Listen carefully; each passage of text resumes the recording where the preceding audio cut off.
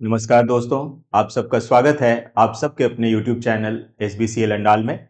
मैं आज आपको फिजिक्स का 3 चैप्टर करंट इलेक्ट्रिसिटी, लाइट और इलेक्ट्रोमैग्नेटिज्म, ये जो 3 बड़े फिजिक्स के चैप्टर हैं, इनको जो भी MCQs हैं या प्रीवियस ईयर में पूछे गए हैं, उन सबको कंपाइल करके चैप्टर वाइज आपको MCQ कराऊंगा।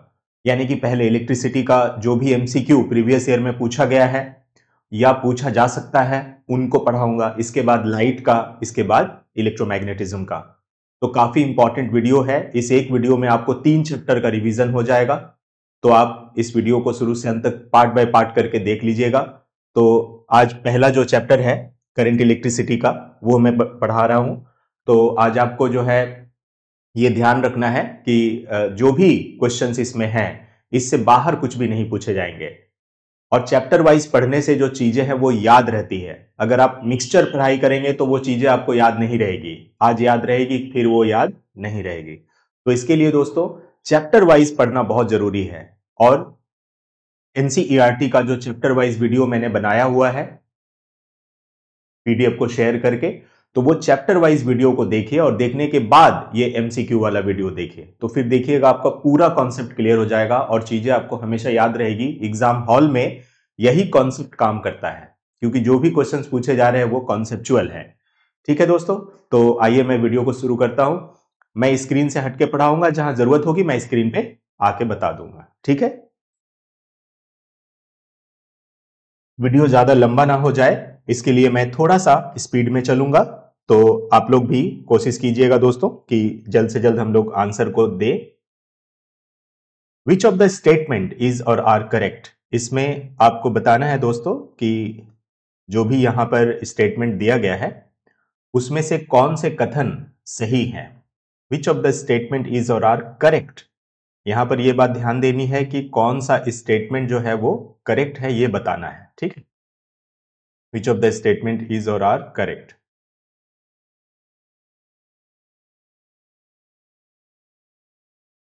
करेक्ट, कौन सा कथन जो है इसमें से सही है, ये बताना है दोस्तों। ठीक है, थोड़ा मोटा ही पेन ले लेते हैं। ठीक है, तो पहला स्टेटमेंट है electrons flow from negative terminal to positive terminal through the wire, that is through outside the cell. जो बैटरी होती है, यानी कि सेल या फिर बैटरी कह सकते हैं, उसमें कह रहे हैं कि जो इलेक्ट्रॉन्स है, ठीक है, वो नेगेटिव टर्मिनल से पॉजिटिव टर्मिनल की तरफ जाती है इलेक्ट्रॉन। ठीक है, आउटसाइड द सेल, ये बात जरूर ध्यान रखिएगा कि सेल के आउटसाइड में बता रहा है, यानी कि बैटरी के बाहर जो इलेक्ट्रॉन है वो नेगेटिव टर्मिनल से पॉजिटिव टर्मिनल की तरफ जाती है, पहला। दूसरा है conventional current flows from negative terminal to positive terminal. जो कॉन्वेंशनल करंट है वो कहा जा रहा है कि नेगेटिव टर्मिनल से पॉजिटिव टर्मिनल की तरफ जाता है। अब ये दो स्टेटमेंट आपको दे दिया गया है, इसमें से बताना है कौन सा स्टेटमेंट करेक्ट है।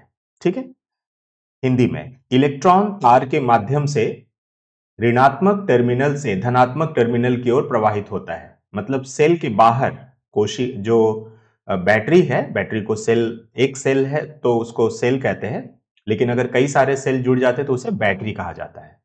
तो इलेक्ट्रॉन तार के माध्यम से, यानी कि सेल के बाहर, यानी बैटरी के बाहर जो इलेक्ट्रॉन है वो ऋणात्मक टर्मिनल से धनात्मक टर्मिनल की ओर जाते हैं, पहला स्टेटमेंट है। दूसरा है पारंपरिक धारा, यानी कि जो कन्वेंशनल करंट है वो ऋणात्मक टर्मिनल से धनात्मक टर्मिनल की ओर प्रवाहित होता है।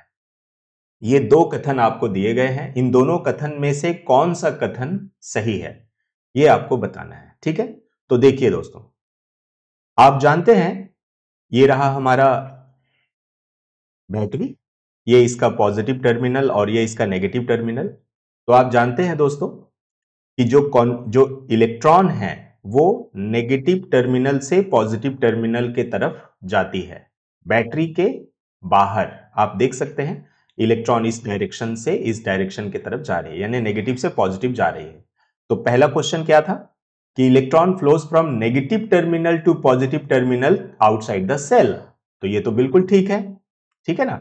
आउटसाइड द सेल नेगेटिव से पॉजिटिव जाता है। तो पहला स्टेटमेंट सही है। दूसरा स्टेटमेंट आप देख सकते हैं दोस्तों, conventional current flows from negative terminal to positive terminal. जो कॉन्वेंशनल करंट है वो नेगेटिव से पॉजिटिव जाता है, ये गलत है दोस्तों, क्योंकि नेगेटिव से पॉजिटिव क्या जा रहा है, इलेक्ट्रॉन फ्लो कर रहा है, और जिस डायरेक्शन में इलेक्ट्रॉन फ्लो करता है उसके अपोजिट डायरेक्शन में करंट फ्लो करता है ना।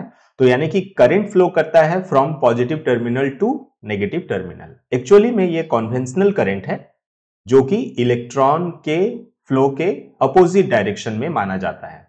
अगर इलेक्ट्रॉन नेगेटिव से पॉजिटिव जा रही है तो करंट पॉजिटिव से नेगेटिव जाता है, इसे हम कॉन्वेंशनल करंट कहते हैं। यानी कि दूसरा वाला जो स्टेटमेंट है कि conventional current flows from negative terminal to positive terminal, ये गलत है। तो हमारा कौन सा कथन सही है, ओनली वन। तो इसीलिए हमारा आंसर 1 होगा, अर्थात केवल 1 होगा। तो बहुत ही इंपॉर्टेंट है दोस्तों, ये जो इस तरह के प्रश्न हैं कथन और ये वाले, ये बहुत ही ज्यादा पूछे जा रहे हैं, जिससे कि एनसीईआरटी पढ़ने के बाद आपने क्या सीखा है, क्या आपके मन में कॉन्सेप्ट आया है, इसकी जांच वो कर रहे हैं। ठीक है, तो इसके लिए ध्यान रखिएगा, कॉन्सेप्चुअल क्वेश्चंस हैं सारे, रटने वाले नहीं है। अगर आप वीडियो अच्छा से देखते हैं तो आपको रटने की भी जरूरत नहीं पड़ेगी।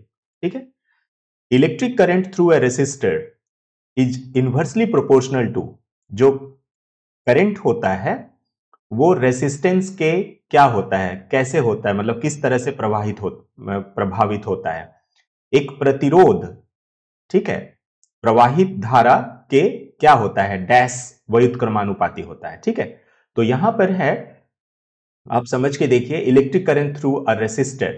देखिए आप जानते हैं कि ओम साहब ने क्या बताया था, V is equal to I R, V is equal to I R, Indian Railway, ये याद रखिएगा, V is equal to I R मतलब इंडियन रेलवे, याद रहती है ऐसे। अब हमें क्या निकालना है, करंट रेसिस्टेंस से कैसे प्रवाहित होता है। तो देखिए दोस्तों, अगर हम ऐसा करें, I निकाले, तो I इज इक्वल टू क्या होगा, V बाय आर होगा।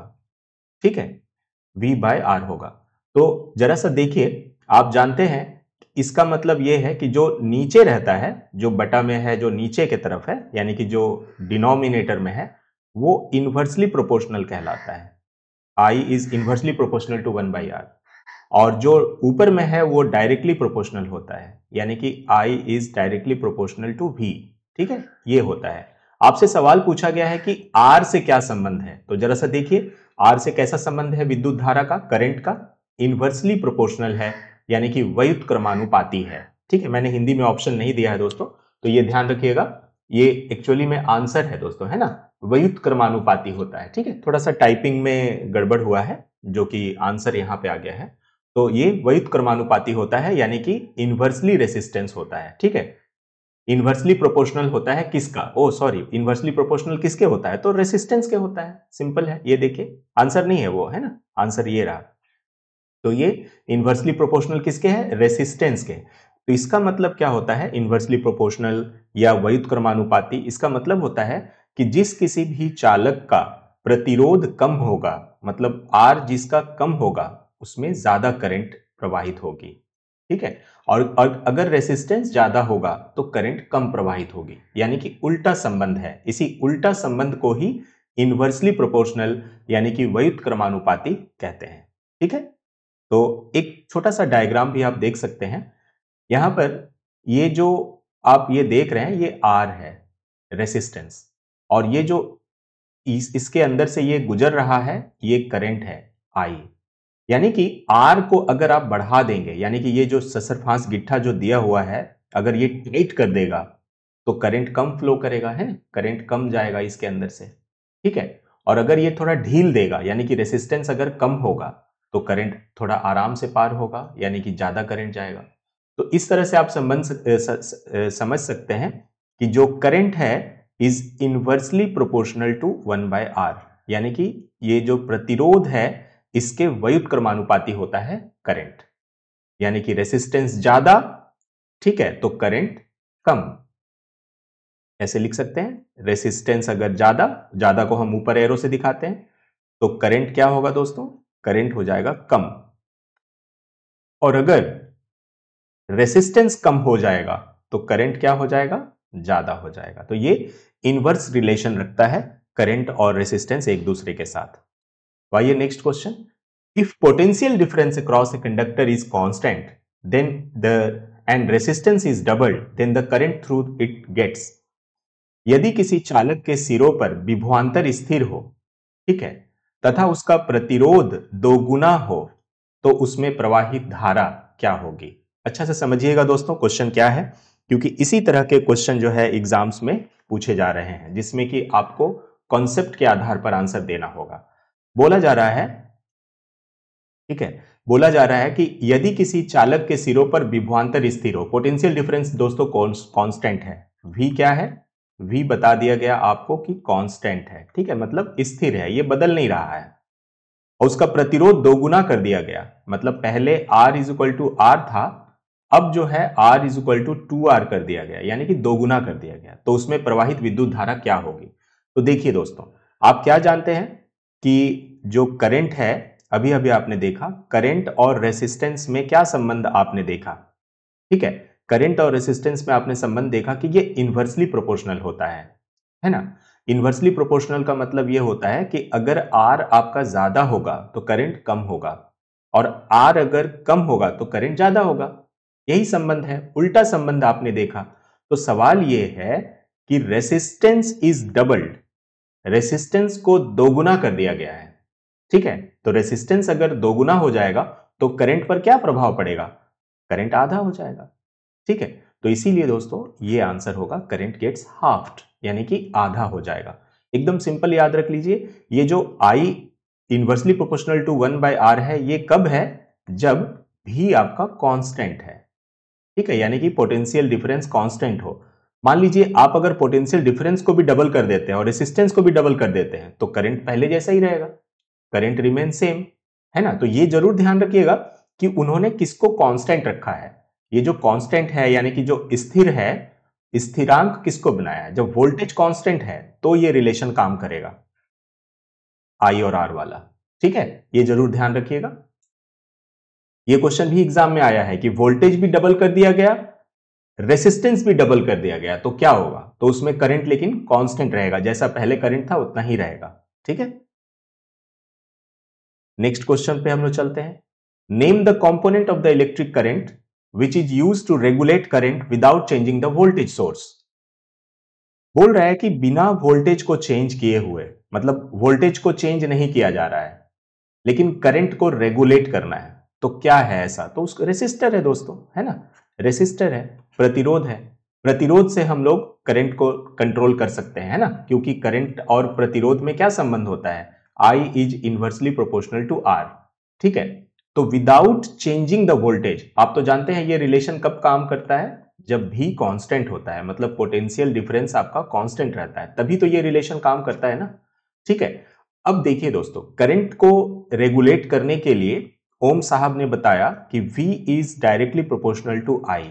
जो करंट है वो वोल्टेज के सीधे समानुपाती होता है, यानी कि अगर किसी इलेक्ट्रिक कंडक्टर के दोनों टर्मिनलों के बीच पोटेंशियल डिफरेंस अगर बढ़ाया जाता है, यानी कि विभवांतर को बढ़ाया जाता है, तो करंट भी बढ़ता है, एकदम सीधे समानुपाती होता है, जितना वोल्टेज बढ़ाएंगे उतना करंट बढ़ेगा, ऐसा उन्होंने नियम बताया, यही ओम्स लॉ है। अब दोस्तों बात यह आ जाती है कि करंट को कौन प्रभावित कर रहा है? वोल्टेज, यानी कि वोल्टेज बढ़ेगा तो करंट बढ़ेगा, वोल्टेज कम होगा तो करंट कम होगा, यानी कि मेनली अगर देखा जाए तो एक इलेक्ट्रिक सर्किट में वोल्टेज और करंट ही है जो एक दूसरे को प्रभावित करते हैं। वोल्टेज बढ़ा तो करंट बढ़ेगा, वोल्टेज कम होगा तो करंट कम होगा। लेकिन क्या वोल्टेज ही करंट को कंट्रोल कर सकता है? यानी कि क्या वोल्टेज के बढ़ाने और घटाने से ही करंट कम होगा या ज्यादा होगा, या और कोई तरीका है? तो यही एक तरीका है, दूसरा तरीका वो है रेसिस्टेंस वाला। और यही क्वेश्चन है सवाल दोस्तों, सवाल को समझना भी बहुत जरूरी है कि वो पूछ क्या रहे हैं। तो यही सवाल है कि वोल्टेज को छोड़ करके और कोई उपाय है क्या जिससे कि करंट को कंट्रोल किया जा सके? यस, करंट को कंट्रोल किया जा सकता है without changing voltage, by changing the resistance.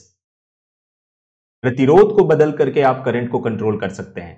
क्योंकि प्रतिरोध और करंट में ये संबंध है इनवर्सली, यानी कि आर को आप बढ़ा देंगे तो करंट कम हो जाएगा, आर को आप कम कर देंगे तो करंट ज्यादा हो जाएगा। तो यही सवाल है प्रतिरोध यानी कि रेसिस्टेंस का। ठीक है, तो ध्यान रखिएगा। नेक्स्ट क्वेश्चन है, on what factors do resistance of a conductor depend? किसी चालक का जो प्रतिरोध है वो किन किन बातों पर निर्भर करता है? देखिए दोस्तों, जो चालक है उसमें करंट कितना फ्लो करेगा, है ना, वो किन किन बातों पर निर्भर करता है?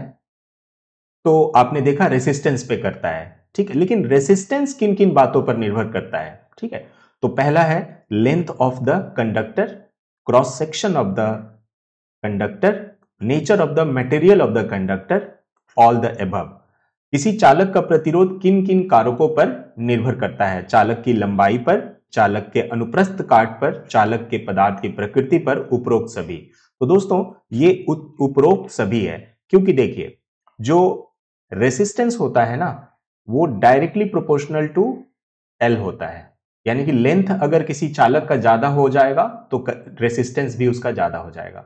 दूसरा संबंध है R is inversely proportional to 1/a, A जहां पर उस चालक का अनुप्रस्थ काट का क्षेत्रफल है। अनुप्रस्थ काट यानी कि क्रॉस सेक्शनल एरिया, जैसे कि एक तार है, इस तार का ये वाला जो है अनुप्रस्थ काट कहलाता है, जो उसका गोलाई वाला हिस्सा है।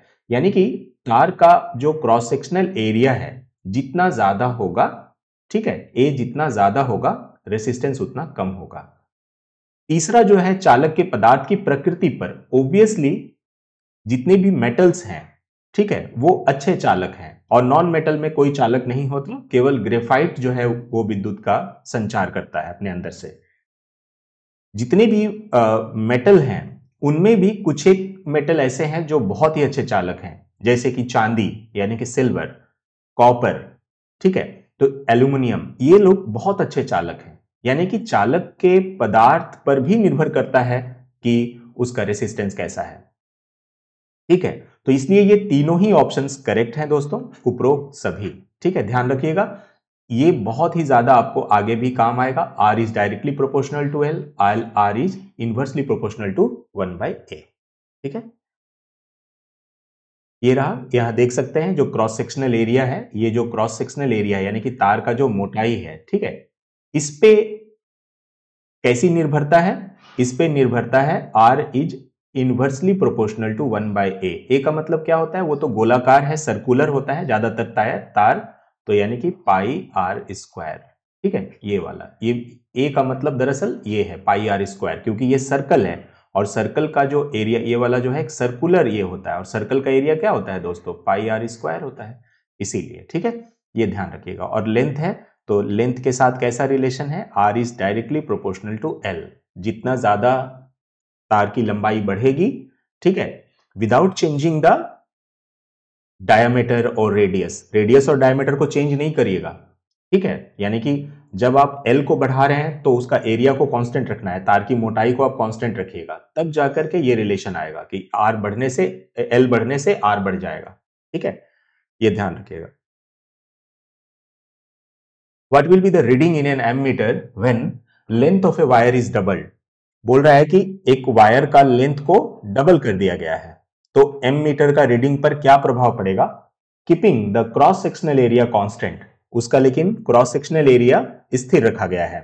ठीक है, तो आपने अभी अभी क्या देखा दोस्तों कि क्रॉस सेक्शनल एरिया स्थिर रहेगा और लेंथ का लंबाई को अगर आप डबल कर देंगे तो रेसिस्टेंस क्या हो जाएगा? रेसिस्टेंस डबल हो जाएगा।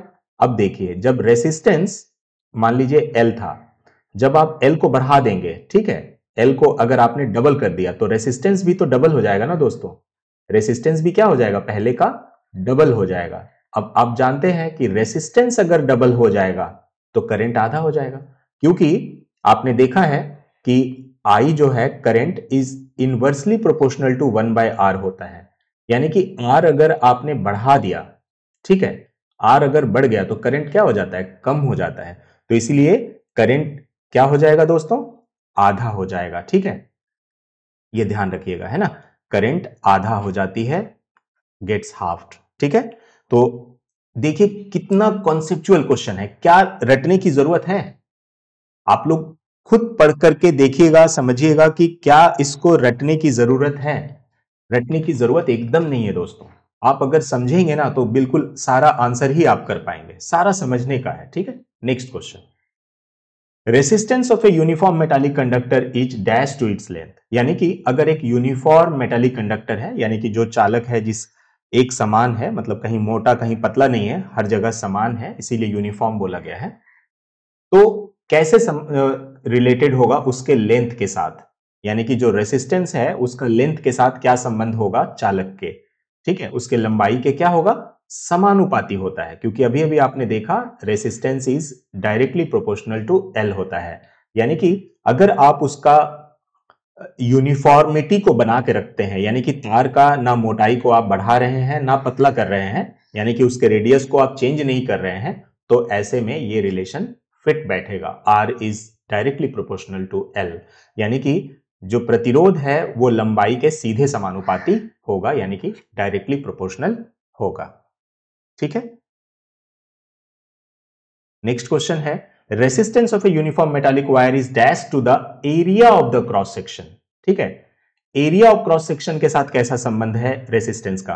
तो आपने क्या देखा दोस्तों कि एक समान धात्विक चालक का प्रतिरोध उसके अनुप्रस्थ काट के क्षेत्रफल के साथ कैसा होगा प्रभावित। ठीक है, तो आपने क्या देखा था कि R is inversely proportional to 1/a होता है। a जहां पर क्या है, उसका क्रॉस सेक्शनल एरिया, जिसे हम क्या कहते हैं, पाई आर स्क्वायर कहते हैं, है ना।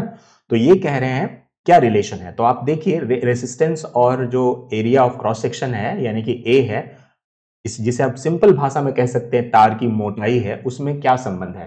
तो उसमें संबंध आपको इनवर्स रिलेशन मिल रहा है ना, व्युत क्रमानुपाती। इसका मतलब यह है कि अगर एरिया को आप बढ़ा देंगे, यानी कि जो उसका तार का मोटाई है उसको अगर आप बढ़ा देंगे तो रेसिस्टेंस कम हो जाएगा, तो इसीलिए इनवर्सली रिलेशन प्रोपोर्शनल है, व्युत क्रमानुपाती है। ठीक है दोस्तों, next question, the SI unit of resistivity, प्रतिरोधकता की इकाई क्या है? प्रतिरोधकता की इकाई दोस्तों ओम मीटर होती है ना, प्रतिरोधकता। ठीक है, रेसिस्टिविटी की यूनिट क्या होती है, ओम मीटर। ठीक है, देखिए दोस्तों प्रतिरोधकता क्या है, दरअसल आपने क्या देखा था, R is directly proportional to L, फिर आपने क्या देखा, R is inversely proportional to 1/a। इन दोनों को जब हम कंबाइन कर देते हैं, ये इक्वेशन 1 समझ लीजिए, ये इक्वेशन 2, इन दोनों को जब हम कंबाइन कर देते हैं तो R प्रोपोर्शनल टू L/a हो जाता है। और R को ये जो प्रोपोर्शनैलिटी का साइन है, समानुपाती का चिन्ह है, जब हम इसे हटाते हैं यानी कि बराबर का साइन देते हैं तो हमें एक स्थिरांक लेना पड़ता है, कांस्टेंट लेना पड़ता है, वही ये रो है, रो L/a। तो ये जो रो है ना, इसी रो को हम लोग रेसिस्टिविटी कहते हैं। ठीक है, ये बहुत इंपॉर्टेंट रिलेशन है, आगे भी आपको ये काम आएगा। ठीक है, ध्यान रखिएगा। तो ये रेसिस्टिविटी है, इसका यूनिट एग्जाम में बहुत पूछा जाता है, इसका यूनिट ओम मीटर है। ध्यान रहे दोस्तों, रेसिस्टेंस अलग चीज है, रेसिस्टिविटी अलग चीज है। रेसिस्टेंस जो है वो कई सारे बातों पर निर्भर करता है, जैसे कि उसका लेंथ कैसा है, उसका एरिया कैसा है, वगैरह वगैरह। मगर जो रेसिस्टिविटी है वो उसके मैटर के प्रॉपर्टी पर, जो मेटालिक कंडक्टर है उसके मेटेलिक जो प्रॉपर्टी है, मतलब उसका जो केमिकल नेचर है उस पर डिपेंड करता है। ठीक है, प्रतिरोधकता। ठीक है, यानी कि नेचर ऑफ द मटेरियल कैसा है, पदार्थ की प्रकृति पर निर्भर करता है रेसिस्टिविटी। इसमें अक्सर क्वेश्चन जो है एग्जाम में पूछे जाते हैं कि जो रेसिस्टिविटी है यानी कि प्रतिरोधकता है वो किन किन बातों पर निर्भर करती है, तो मेनली ये नेचर ऑफ द मटेरियल के ऊपर डिपेंड करता है। ठीक है, next question, which of the following is the characteristic property of the material of the conductor? देखिए यहां पे वही क्वेश्चन है, मटेरियल ऑफ द कंडक्टर पे कौन डिपेंड करता है? पदार्थ के विशिष्ट गुण पर निर्भर करता है, पदार्थ के गुण पर, तो वो है प्रतिरोधकता, रेसिस्टिविटी। ठीक है, विच of the following is not correct, इसमें से कौन करेक्ट नहीं है? ये जरूर ध्यान दीजिएगा कि इस तरह के जो कथन वाले प्रश्न पूछे जा रहे हैं उसमें ये ध्यान दीजिएगा कि सही नहीं है बोल रहा है या सही है बोल रहा है, क्योंकि ये अक्सर गलती हो जाता है। नॉट करेक्ट ये बताना है। रेसिस्टिविटी पे alloy is generally higher than that of the constituent metal. ठीक है, रेसिस्टिविटी पे alloy is generally higher than that of is constituent metal. किसी मिश्र धातु की प्रतिरोधकता सामान्यतः, ठीक है, पहले एक बार इंग्लिश फिर हम हिंदी पढ़ देंगे। किसी मिश्र धातु की प्रतिरोधकता सामान्यतः उसके घटक धातुओं की प्रतिरोधकता से अधिक होती है। 2 नंबर है एलॉय डू नॉट ऑक्सीडाइज यानी कि burn readily at high temperature. ये पूछ रहे हैं मिश्र धातु उच्च तापमान पर आसानी से ऑक्सीकृत होना का मतलब जलना यानी कि नहीं जलती है। थर्ड है alloys has low resistance than that of is constituent metal. जो कंस्टिट्यूएंट मेटल होते हैं उससे उसका रेसिस्टेंस लो हो जाता है, ये बता रहे हैं। मिश्र धातुओं का प्रतिरोध उसके घटक धातुओं की प्रतिरोधकता से कम होती है। मिश्र धातु का प्रतिरोध उसके मूल घटक धातुओं की प्रतिरोधकता से अधिक होती है। Alloys has high resistance than that of its original constituent metal. इतना इंपॉर्टेंट क्वेश्चन है दोस्तों, एनसीईआरटी में इसका पूरा जो है बताया गया है। आपको मैं ये दिखा रहा हूं, ये एनसीईआरटी का ही वो पेज है जहां पर आप देख सकते हैं कि कुछ मटेरियल यहां दिया गया है, उसकी रेसिस्टिविटी दी गई है। आप देख सकते हैं कि जो कंडक्टर्स होते हैं, जो चालक होते हैं ना, उनकी रेसिस्टिविटी काफी कम होती है। सबसे कम है सिल्वर का 1.60 इंटू 10⁻⁸। इसके बाद कॉपर का 1.62 इंटू 10⁻⁸। यानी कि सबसे कम अगर रेसिस्टिविटी की बात की जाएगी तो वो है सिल्वर का। यानी कि आप ये कह सकते हैं कि सिल्वर जो है सबसे अच्छा चालक है। दरअसल जिसकी रेसिस्टिविटी जितनी कम होगी, ये जो भी बात मैं आपको बता रहा हूं ना, ये क्वेश्चन के फॉर्म में भी पूछा जा सकता है, इसीलिए चीजों को समझना है आपको। मैंने ये क्वेश्चन जो बनाया है वो तो ठीक है, लेकिन पढ़ाने के दौरान भी जो मैं आपको कुछ इंफॉर्मेशन प्रोवाइड करूंगा वहां से भी क्वेश्चन आपको पूछे जा सकते हैं।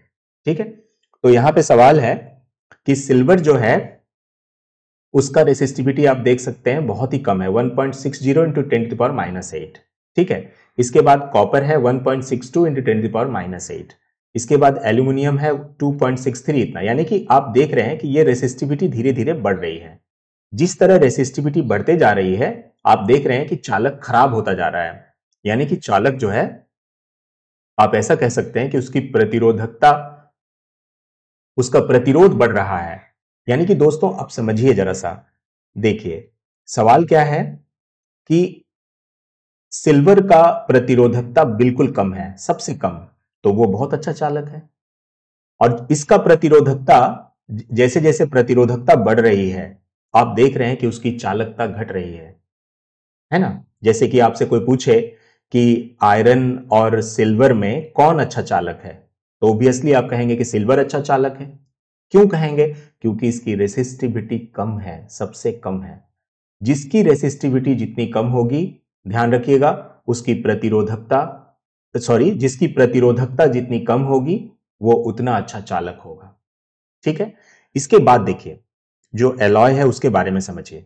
जो एलॉय है, एलॉय 2 या 3 धातुओं से मिलकर बनता है, मिश्र धातु, है ना। जैसे कि एग्जांपल देखिए, आपने नाइक्रोम देखा होगा, नाइक्रोम का तार जो कि इलेक्ट्रिक आयरन में यूज किया जाता है, वो बना होता है निकेल, क्रोमियम, मैंगनीज और आयरन से। ये भी एग्जाम में पूछा जाता है। ठीक है, कॉपर, निकेल, मैंगनीज और आयरन, इससे बना होता है। जरा सा गौर कीजिए दोस्तों, इसका प्रतिरोधकता देखिए कितना हो जाता है, 100 इंटू 10⁻⁶। यानी कि आप अगर थोड़ी देर के लिए इसका कंस्टिट्यूएंट मेटल, हम आयरन को देखते हैं, हम आपको आयरन को दिखा रहे हैं, ये रहा। आयरन का प्रतिरोधकता देखिए 10 था। अभी देखिए, अभी जब इसी से जो है, जब एक एलॉय तैयार किया गया, उसका प्रतिरोधकता देखिए 100 हो गया है। यानी कि कहने का मतलब यह है कि जो मेटल रहता है, जब वो ओरिजिनल फॉर्म में अपना मेटल के रूप में रहता है तो उसकी प्रतिरोधकता कम होती है, लेकिन जब उसी से आप एलॉय तैयार कर देंगे, मिश्र धातु तैयार कर देंगे, तो उसकी प्रतिरोधकता बढ़ जाती है। ठीक है ना, तो ये पॉइंट्स याद रहेंगे। अब आप आंसर को कर पाएंगे कि क्या पूछ रहा है यहां पर। ठीक है, अब आप इसका जो है आंसर कर पाएंगे। दोस्तों पूछ रहा है resistivity of an alloy is generally higher than that of constituent metal. बिल्कुल सही है, आपने देखा ना, एलॉय की रेसिस्टिविटी बढ़ जाती है उसके कंस्टिट्यूएंट मेटल से, यानी कि जिस मेटल से वो बना हुआ होता है उसकी तुलना में उसका जो मिश्र धातु होता है उसकी रेसिस्टिविटी ज्यादा हो जाती है। ये बिल्कुल करेक्ट है। Alloys do not oxidise readily at high temperature, ये भी सही है दोस्तों। यही वजह है कि आप जो यहां पर देख रहे हैं कि ये जो नाइक्रोम का तार है, ठीक है, इसका इस्तेमाल इलेक्ट्रिक आयरन में किया जाता है हीटिंग एलिमेंट के तौर पर। क्यों? क्योंकि ये जब बहुत ही ज्यादा टेम्परेचर पर भी अगर पहुंच जाएगा ना, अगर गर्म हो जाएगा, तो भी क्या होगा कि ये ऑक्सीडाइज नहीं होगा, यानी कि टूटेगा नहीं, गलेगा नहीं। ऑक्सीडाइज का मतलब यही समझ लीजिए कि वो जलेगा नहीं, कटेगा नहीं, ऐसा है, कहने का मतलब यही है। तो ये भी करेक्ट है दोस्तों, यानी कि ये स्टेटमेंट भी करेक्ट है कि alloys do not oxidise burn readily at high temperature. उच्च तापमान पर भी जो ये है, ये आसानी से नहीं जलती है, ये भी सही है।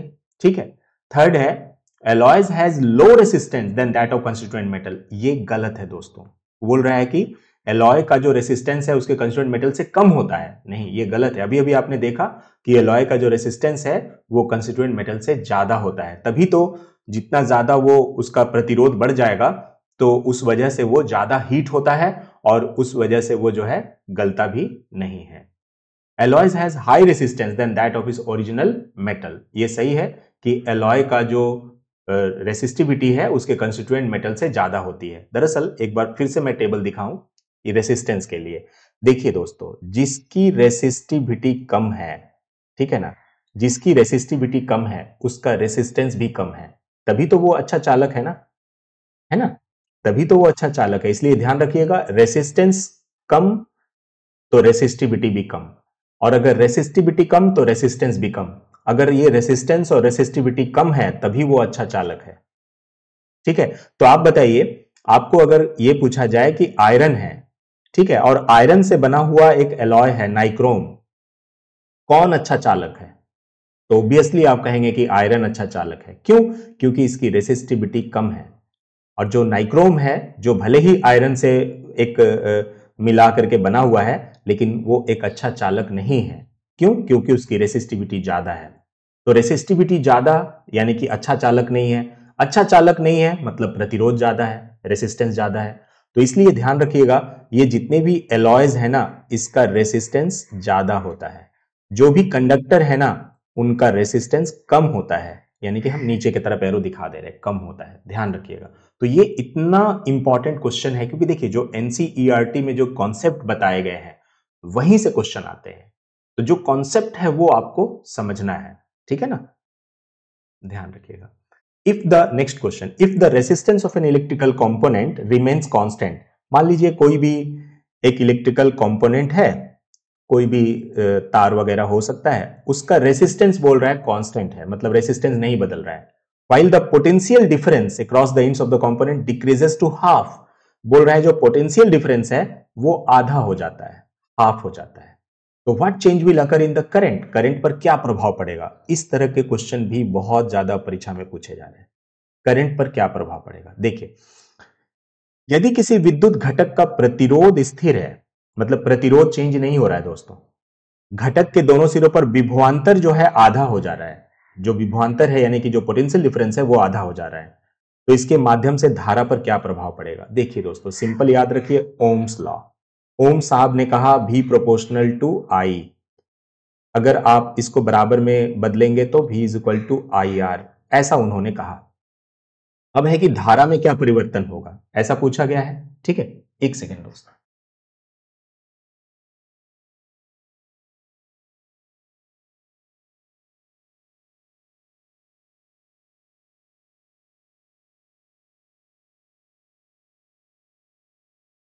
क्या दिन आपने आज के? हाँ हाँ, वो आज पाठिए।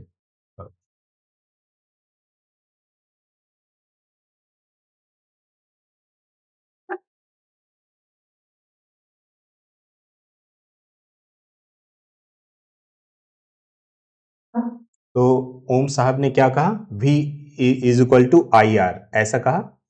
अब देखिए दोस्तों, क्या निकालना है? I।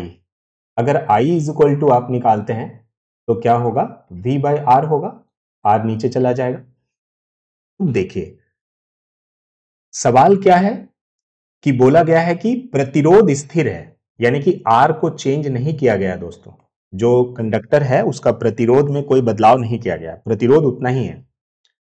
अब यहां पर ध्यान रखना है कि वोल्टेज के साथ कैसा संबंध है, आप देख सकते हैं ऊपर में है ये, यानी कि डायरेक्टली प्रोपोर्शनल है। जैसे जैसे भी बढ़ेगा वैसे वैसे आई बढ़ेगा, ओम साहब ने यही कहा है। तो बोला है कि विभवांतर पहले का आधा हो जाता है। तो अगर आप विभवांतर को आधा कर देंगे यानी कि पोटेंशियल डिफरेंस को आधा कर देंगे तो करंट भी आधा हो जाएगा। ठीक है, तो ऑल्सो गेट्स हाफ्ड, यानी कि करंट भी आधा हो जाएगा। सिंपल याद रखिएगा, वोल्टेज आधा तो करंट आधा, वोल्टेज डबल तो करंट डबल। यही तो ओम्स लॉ है। ओम साहब ने यही बात तो बताई है, V और I में ही तो रिलेशन उन्होंने बताया है। ठीक है, तो ये ध्यान रखिएगा, ऑल्सो गेट्स हाफ्ड। ठीक है, अब हम लोग नेक्स्ट क्वेश्चन की तरफ चलते हैं। ये रहा ये, which of the following statement about a current in which resistors are connected in series is not correct। देखिए यहां पे बोला जा रहा है कि करंट को सीरीज में लगाया गया है, रेसिस्टर्स को, जो प्रतिरोध है उनको किस में लगाया गया है दोस्तों, जो रेसिस्टर है उनको सीरीज में लगाया गया है। ठीक है, श्रृंखला में। तो कौन सा कथन जो है बोल रहा है कि सही नहीं है, ऐसा बताना है। Equivalent resistance of the circuit is increased, जो उसका टोटल रेसिस्टेंस है यानी कि इक्विवेलेंट रेसिस्टेंस, वो बोल रहा है बढ़ जाएगा, पहला। दूसरा है potential difference is different across different resistor, जो डिफरेंट रेसिस्टर होते हैं उसमें पोटेंशियल डिफरेंट अलग अलग होता है, डिफरेंट होता है। Current through each resistor is same, प्रत्येक रेसिस्टर से करंट सेम जाता है। Third, potential difference is same across the different resistor, different resistor से पोटेंशियल डिफरेंस भी डिफरेंट होता है। निम्नलिखित में से कौन सा कथन उस परिपथ के बारे में सही नहीं है जिसमें प्रतिरोध श्रेणी क्रम में लगे होते हैं।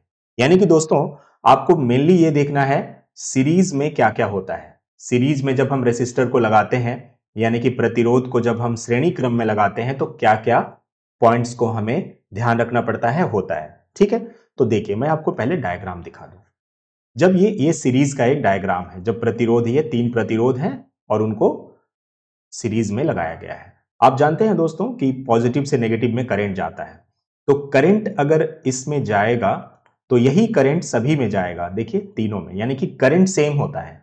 सीरीज में पूरे सर्किट में करंट सेम होता है, पहली बात। दूसरी बात कि जो पोटेंशियल डिफरेंस है तीनों जो रेसिस्टेंस है इनका, जो मान लीजिए ये टर्मिनल पॉइंट है, R1 रेसिस्टेंस है इसका और ये इसका टर्मिनल पॉइंट है, R2 का टर्मिनल पॉइंट मान लीजिए ये है, R3 का टर्मिनल पॉइंट मान लीजिए ये है। तो इसका जो पोटेंशियल डिफरेंस होगा ना R1 के द्वारा, यानी कि पहला रेसिस्टेंस के दोनों टर्मिनलों के बीच जो इसका पोटेंशियल डिफरेंस होगा ये अलग होगा, मान लीजिए V1। इनके भी दोनों पॉइंट्स के बीच में जो पोटेंशियल डिफरेंस होगा वो V2 और इनके बीच में जो पोटेंशियल डिफरेंस होगा वो V3 होगा, यानी कि जो इनके टर्मिनलों के बीच में जो पोटेंशियल डिफरेंस होता है वो अलग अलग होता है।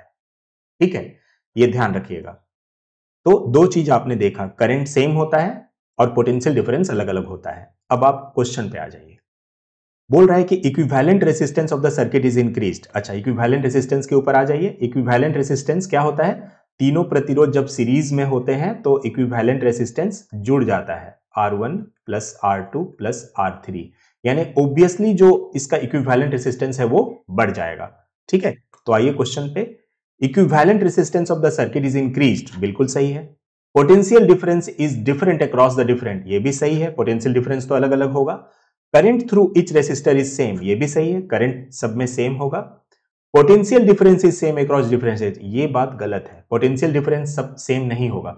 इसीलिए दोस्तों क्वेश्चन को समझिएगा कि क्या पूछ रहा है, बोल रहा है नॉट करेक्ट, इसमें से कौन सा कथन सही नहीं है, तो ये वाला सही नहीं है, बाकी तीनों बात सही है। यानी कि परिपथ का तुल्य प्रतिरोध बढ़ जाएगा, जो उसका इक्विवेलेंट रेसिस्टेंस होगा वो बढ़ जाएगा, क्योंकि आपने देखा कि जब सीरीज में रहता है तो आर क्या होता है, R1 plus R2 plus R3 होता है, यानी ओब्वियसली जो R है वो बढ़ जाएगा। प्रत्येक प्रतिरोध, विभिन्न प्रतिरोधकों में विभवांतर भिन्न भिन्न है, बिल्कुल आपने देखा कि पहले में V1 है, दूसरे में V2 है, तीसरे में V3 है, यानी अलग अलग है, विभवांतर भिन्न भिन्न है। ठीक है, प्रत्येक प्रतिरोध में प्रवाहित धारा समान है, बिल्कुल पूरे सर्किट में एक ही करंट फ्लो करता है सीरीज में, अगर I है तो I करंट ही पूरा फ्लो करेगा। विभिन्न प्रतिरोधकों में विभवांतर समान होता है, ये गलत है, विभिन्न प्रतिरोधकों में विभवांतर समान नहीं होता, ये किसमें होता है, पैरेलल कनेक्शन में होता है। अभी अभी हम लोग नेक्स्ट क्वेश्चन देखेंगे। तो क्वेश्चन देखिए दोस्तों कितना मतलब जो है कॉन्सेप्चुअल क्वेश्चन है, और पूरा का पूरा जो क्वेश्चन है ना ये एनसीईआरटी के एक एक लाइन से बनाई गई है, काफी मेहनत से। तो ऐसे ही क्वेश्चन इस एग्जाम में पूछे जा रहे हैं। कोई भी क्वेश्चन इसमें रटने जैसा नहीं है जिसे आपको याद करना हो, रटना हो, नहीं, आपको समझना है। अगर आप इस वीडियो में अगर आप समय अपना दे रहे हैं, कीमती समय अगर आप दे रहे हैं, तो 100% आपको फायदा होगा। ठीक है, यह ध्यान रखिएगा। नेक्स्ट क्वेश्चन है दोस्तों, देख सकते हैं, which of the following statement about a circuit in which resistors are connected in parallel, resistors को बोल रहा है पैरेलल में कनेक्ट किया गया है, इज नॉट करेक्ट, उसके बारे में सही नहीं है। तो मैं पहले आपको पैरेलल सर्किट एक बार याद दिला दूं। पैरेलल सर्किट में क्या होता है, ये जैसे कि पॉजिटिव टर्मिनल है, नेगेटिव है, तो करंट इसमें जाएगा, आई करंट, यहां तक करंट आई ही रहता है। लेकिन जैसे ही इस पॉइंट पे आता है तो करंट डिस्ट्रीब्यूट हो जाता है, बढ़ जाता है। यहां देख सकते हैं I1 करंट, I2 और I3, यानी करंट जो है वो विभाजित हो जा रहा है। क्यों करंट विभाजित हो रहा है? क्योंकि ओम साहब ने जो रिलेशन बताया था कि R is inversely proportional to, sorry R नहीं, I is inversely proportional to 1/R होता है ना। यानी कि जब भी कांस्टेंट हो, जब भी कांस्टेंट रहता है, यानी कि पोटेंशियल डिफरेंस कांस्टेंट होगा, तो यही संबंध आपने देखा पहले के वीडियो में भी आपने देखा, मतलब इसके पहले वाले क्वेश्चन में यही रिलेशन होता है R और I में। यानी R अगर बढ़ जाएगा दोस्तों तो I कम हो जाएगा। यही वजह है, चूंकि इसका रेसिस्टेंस अलग अलग है, एक का R1 है, एक का R2 है, एक का R3 है, रेसिस्टेंस अलग अलग है, जो भी यहां पर रेसिस्टर्स लगे हुए हैं, तो यही वजह है कि ये जो करंट अपने अंदर आने देंगे वो भी अलग अलग मात्रा में आने देंगे, क्योंकि I और R में उल्टा संबंध है। इन तीनों में जिसका प्रतिरोध सबसे कम होगा उसमें ज्यादा करंट आएगा, जिसका प्रतिरोध ज्यादा होगा उसमें कम करंट आएगा। इस तरह से ये, यानी कि करंट जो है इक्वली डिवाइड नहीं होगा। ये जो I करंट है इसमें इक्वली डिवाइड नहीं होगा, बराबर मात्रा में नहीं जाएगा। कारण एक ही है, क्योंकि I और R में विपरीत संबंध है। R अगर कम तो करंट ज्यादा, R अगर ज्यादा तो करंट कम। ठीक है, तो इस तरह से आप देख रहे हैं कि जो करंट है वो अलग अलग जा रहा है, सभी रेसिस्टर में करंट अलग अलग है। ठीक है ना।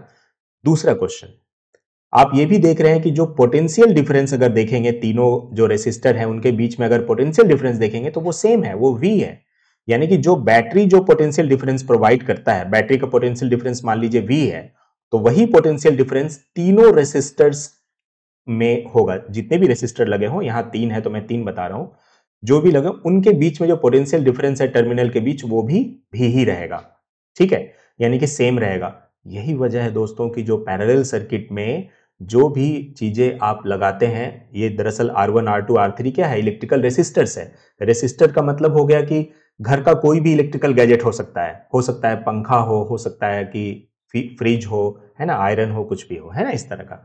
तो दरअसल इसलिए ये फायदेमंद है क्योंकि आप देख रहे हैं कि सभी के बीच में पोटेंशियल डिफरेंस सेम है ना। तो पोटेंशियल डिफरेंस सेम होने से क्या होता है कि आप अकॉर्डिंगली जिस भी किसी चीज को चलाना चाहें, केवल रेसिस्टेंस को बदलते हुए उसमें करंट को कंट्रोल कर पाएंगे, और जो भी आपका उसमें इलेक्ट्रिकल गैजेट है वो उसका जो ब्राइटनेस है, कोई भी बल्ब आप जलाएंगे उसका ब्राइटनेस वगैरह है वो इक्वल रहेगा, क्योंकि पोटेंशियल डिफरेंस सभी में सेम है। ठीक है, तो ये ध्यान रखिएगा। तो आइए हम लोग इसका आंसर देखते हैं। Equivalent resistance of the circuit. अच्छा, इक्विवेलेंट रेसिस्टेंस की बात करें, अगर आप पैरेलल में लगाते हैं तो पैरेलल में 1/R करके निकलता है इक्विवेलेंट रेसिस्टेंस, यानी कि समतुल्य प्रतिरोध ऐसे निकलता है। तो 1/R इज इक्वल टू होगा 1/R1 plus 1/R2 plus 1/R3। 3 है इसीलिए 3 तक। तो ये जो R का वैल्यू जब आएगा ना, तो ये बिल्कुल कम होगा। R का जो वैल्यू आएगा वो सबसे कम होगा।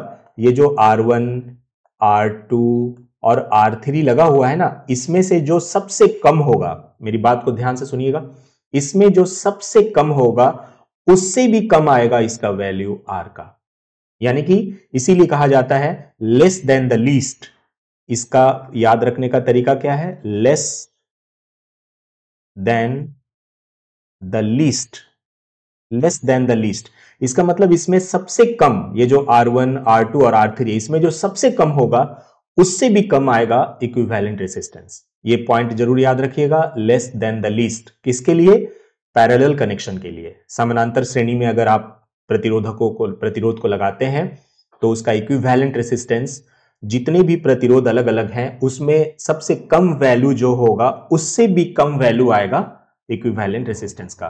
चूंकि इसमें इक्विवेलेंट रेसिस्टेंस सर्किट का कम हो जाता है इसलिए करंट बढ़ जाता है, इसलिए करंट ज्यादा होगा। क्योंकि आप जानते हैं कि करंट और रेसिस्टेंस में विपरीत संबंध है, अगर रेसिस्टेंस कम होगा तो करंट ज्यादा होगा। इसीलिए पैरेलल कनेक्शन में यह भी एक फायदा है कि चूंकि ओवरऑल रेसिस्टेंस सर्किट का घट जाता है इसलिए करंट इसमें ज्यादा हो जाता है ना। ये फायदे की चीज है। तो जो भी मैं पढ़ा रहा हूं ये केवल आपको क्वेश्चन का आंसर नहीं है, ये पूरा कॉन्सेप्ट है जो क्वेश्चन के साथ साथ मैं आपको प्रोवाइड करना चाह रहा हूं ताकि आपको वो परमानेंटली याद रहे, है ना। तो क्वेश्चन पे आ जाते हैं। Equivalent resistance of the circuit is decreased, बिल्कुल सही है। परिपथ का तुल्य प्रतिरोध कम हो जाता है क्योंकि 1/R करके निकालते हैं। पोटेंशियल याद रखिएगा लेस देन द लीस्ट, जो बताया मैंने। Potential difference is same across different, बिल्कुल सही, पोटेंशियल डिफरेंस सेम होता है ना। विभवांतर आपने देखा तीनों रेसिस्टेंस में सेम है, V है। जो बैटरी प्रोवाइड करेगा वही उसमें रहेगा।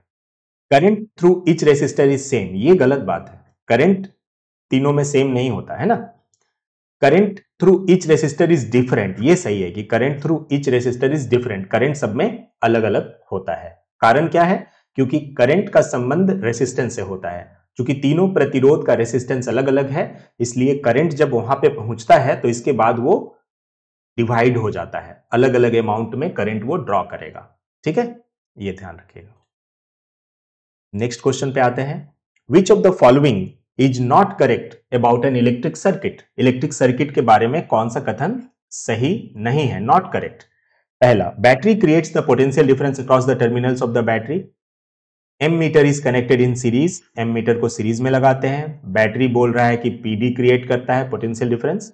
वोल्टा metre is connected in series, voltmeter को सीरीज में लगाते हैं। हाउस होल्ड पैरेलल कनेक्शन लगाया जाता है, ये में हाउस होल्ड में पैरेलल कनेक्शन होता है। तो एक सर्किट के बारे में क्वेश्चन है। अब आप सोचिए कि कितना इंपॉर्टेंट रहेगा कि एनसीईआरटी में जो कॉन्सेप्ट दिया गया है उसी आधार पर यह क्वेश्चन बनाया गया है। ठीक है, तो विद्युत परिपथ के बारे में कौन सा कथन सही नहीं है? पहला, बैटरी जो है बोल रहा है विभवांतर क्रिएट करता है। ठीक है। दूसरा, ए मीटर को यानी अम मीटर को श्रेणी क्रम में लगाते हैं। तीसरा, वोल्ट मीटर को श्रेणी क्रम में लगाते हैं। चौथा, घरों में जो विद्युत उपकरण लगाए जाते हैं वो समानांतर संयोजन में लगाए जाते हैं। ये क्वेश्चन है। तो दोस्तों देखिए, हम लोग आंसर को करते हैं। Battery creates the potential difference, बिल्कुल सही है। बैटरी का काम पोटेंशियल डिफरेंस ही क्रिएट करना है क्योंकि बिना बैटरी के करंट फ्लो ही नहीं कर सकता। इसका रीजन यही है कि बिना बैटरी के पोटेंशियल डिफरेंस ही क्रिएट नहीं होता। तो बैटरी का मेन काम है पोटेंशियल डिफरेंस क्रिएट करना और उसको मेंटेन करना। Ammeter is connected in series, बिल्कुल सही है। एम मीटर को सीरीज में लगाते हैं हम लोग क्योंकि देखिए जो करंट है, एम मीटर का काम है करंट को मापना। अगर करंट को आप सीरीज में नहीं लगाएंगे एम मीटर को तो वो करंट सही नहीं बताएगा कि सर्किट में कितना करंट जा रहा है।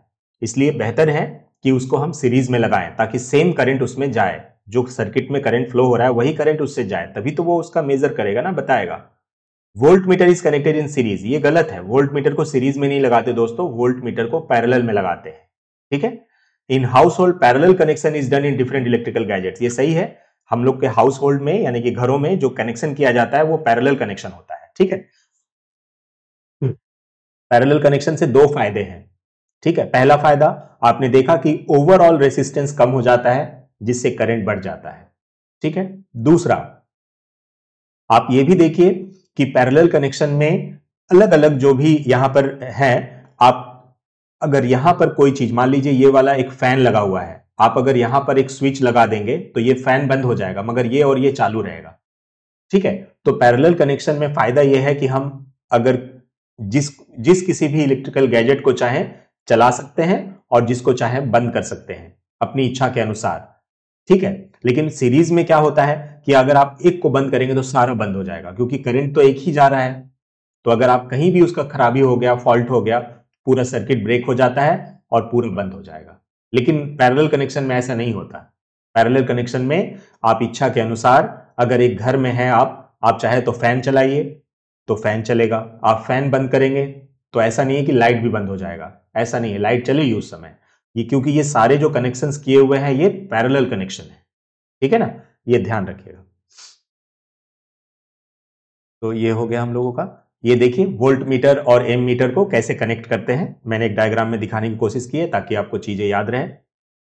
जो एम मीटर है आप देख सकते हैं ये सीरीज कनेक्शन में किया गया है। एम मीटर कहां लगाया हुआ है? सीरीज में, इस रेसिस्टर के साथ सीरीज में लगा हुआ है। और जो वोल्ट मीटर है आप देख सकते हैं इस रेसिस्टर के साथ पैरेलल कनेक्शन में है ना। ये दोनों पॉइंट है और ये देखिए ये और ये में कैसा है? पैरेलल कनेक्शन है, समानांतर में लगा हुआ है। ठीक है, यही सवाल था आपका। नेक्स्ट है कंसीडर द फॉलोइंग स्टेटमेंट। ये जो स्टेटमेंट है इसको कंसीडर कीजिए और बताइए। In series connection the same current flows through each element. ठीक है, दूसरा है in parallel connection the same current, ठीक है, the same potential difference gets applied across each element. ठीक है, निम्नलिखित पर विचार कीजिए। श्रेणी क्रम संयोजन में क्या होता है? प्रत्येक अवयव से समान धारा प्रवाहित होती है। समानांतर संयोजन में प्रत्येक अवयव पर समान विभवांतर लागू होता है। ठीक है, तो आइए हम लोग क्वेश्चन को डिस्कस करके करते हैं। सीरीज में आपने क्या देखा? Same current flows through each element, बिल्कुल सही है। पैरेलल कनेक्शन में क्या देखा? Same potential difference gets applied across each element, बिल्कुल सही है। पैरेलल में तो यही होता है कि सेम पोटेंशियल डिफरेंस, जितने भी रेसिस्टेंस लगे होते हैं सबके बीच में सेम पोटेंशियल डिफरेंस रहता है, तो ये बिल्कुल करेक्ट है। तो both A and B are correct. ठीक है, दोनों ए और बी सही है। नेक्स्ट क्वेश्चन पे आते हैं दोस्तों। The current in a wire depends on, current किन किन बातों पर निर्भर करता है? Only on the potential difference, potential difference बिल्कुल होता है क्योंकि पोटेंशियल डिफरेंस बढ़ेगा तो करंट बढ़ेगा। ओनली ऑन द रेसिस्टेंस, नहीं, रेसिस्टेंस बढ़ेगा तो भी करंट, रेसिस्टेंस अगर बढ़ेगा तो करंट कम होगा। यानी कि जो भी हो, रेसिस्टेंस और पोटेंशियल डिफरेंस दोनों बातों पर निर्भर करता है, तो इसलिए बोथ ऑफ देम, दोनों पर निर्भर करता है। ठीक है दोस्तों, नेक्स्ट क्वेश्चन देखिएगा। How will the resistance of a wire change if the diameter is double keep length same? अगर लेंथ को सेम रखा जाए और डायमीटर को डबल कर दिया जाए, यानी कहने का मतलब ये भी समझ सकते हैं आप कि उसका जो मोटाई है उसको डबल कर दिया गया है ना। डायमीटर डबल करने का मतलब यही है कि उसका व्यास को दोगुना कर दिया गया है ना, डी को डबल कर दिया। तो तार का प्रतिरोध पर क्या होगा? तो सोचिए दोस्तों, अगर आप रेसिस्टेंस का संबंध एरिया से निकालेंगे तो 1/a होता है ना। तो 1/a का मतलब क्या है दोस्तों, जरा सा समझिएगा। a को हम लोग पाई आर स्क्वायर बोलते हैं, है ना। तो हम r को थोड़ी देर के लिए d ले लेते हैं, डायमीटर, और डायमीटर का आधा क्या होता है? रेसिस्टेंस होता है। ठीक है, तो इसीलिए d/2 लिख देते हैं, पाई d/2 स्क्वायर। ठीक है, तो यहां ध्यान रखिए कि उसके डायमीटर को डबल कर दिया गया है, तो देखिए डी पर स्क्वायर चढ़ जाता है। ये जरूर ध्यान रखिएगा कि डी पे स्क्वायर होता है, मतलब जो डायमीटर है उस पर स्क्वायर है। यानी कि अगर आप तार के लंबाई को डबल कर देंगे, ठीक है ना, डबल कर देंगे तो 2 पर स्क्वायर चढ़ जाएगा, यानी कि 4 हो जाएगा। और ये 4 क्या है? देख लीजिए, समझ लीजिए अच्छा से। How will the resistance of the wire change? उसका प्रतिरोध कैसे चेंज होगा अगर डायमीटर को डबल कर देंगे? तो देखिए, डायमीटर डबल मतलब मोटाई डबल, मोटाई डबल करेंगे तो रेसिस्टेंस कम हो जाता है ना। इसीलिए 4 गुना मत लिखिएगा क्योंकि ये नीचे की तरफ है, 1/4 हो जाएगा ये वाला, यानी कि 1/4 ऑफ द इनिशियल वैल्यू, जो उसका आरंभिक वैल्यू है उससे 1/4 हो जाएगा। मैंने ऑप्शन हिंदी में नहीं दिया है दोस्तों, लेकिन मैं समझा दे रहा हूं। 1/4 हो जाएगा, 1/4 हो जाएगा। आपको ध्यान रखना है कि डबल से 2 से ये 1/4 कहां से आया, मतलब 4 कैसे हुआ? तो क्योंकि देखिए यहां पे डी पे स्क्वायर है ना, डी पे स्क्वायर है, ये जरूर ध्यान रखिएगा। तो डी पे स्क्वायर है यानी कि 2 गुना कर दिया, तो 2 पे स्क्वायर यानी कि 4 हो जाएगा। अब समझना है कि 4 गुना होगा या 1/4 होगा। तो इसके लिए सिंपल सा तरीका है, आप जानते हैं कि तार का मोटाई अगर बढ़ेगा, ठीक है, तो रेसिस्टेंस कम हो जाएगा, इसीलिए 1/4 करिएगा, है ना। इसी को अगर बता देता आपको कि डायमीटर आधा कर दिया गया, तो डायमीटर आधा कर दिया मतलब एरिया आधा कर दिया, एरिया आधा कर दिया तो रेसिस्टेंस 4 गुना हो जाएगा। तब उस समय आंसर आपका होता 4 गुना। ठीक है, तो बहुत ही इंपॉर्टेंट क्वेश्चन है, ऐसा कॉन्सेप्चुअल क्वेश्चन एग्जाम्स में पूछे जा रहे हैं।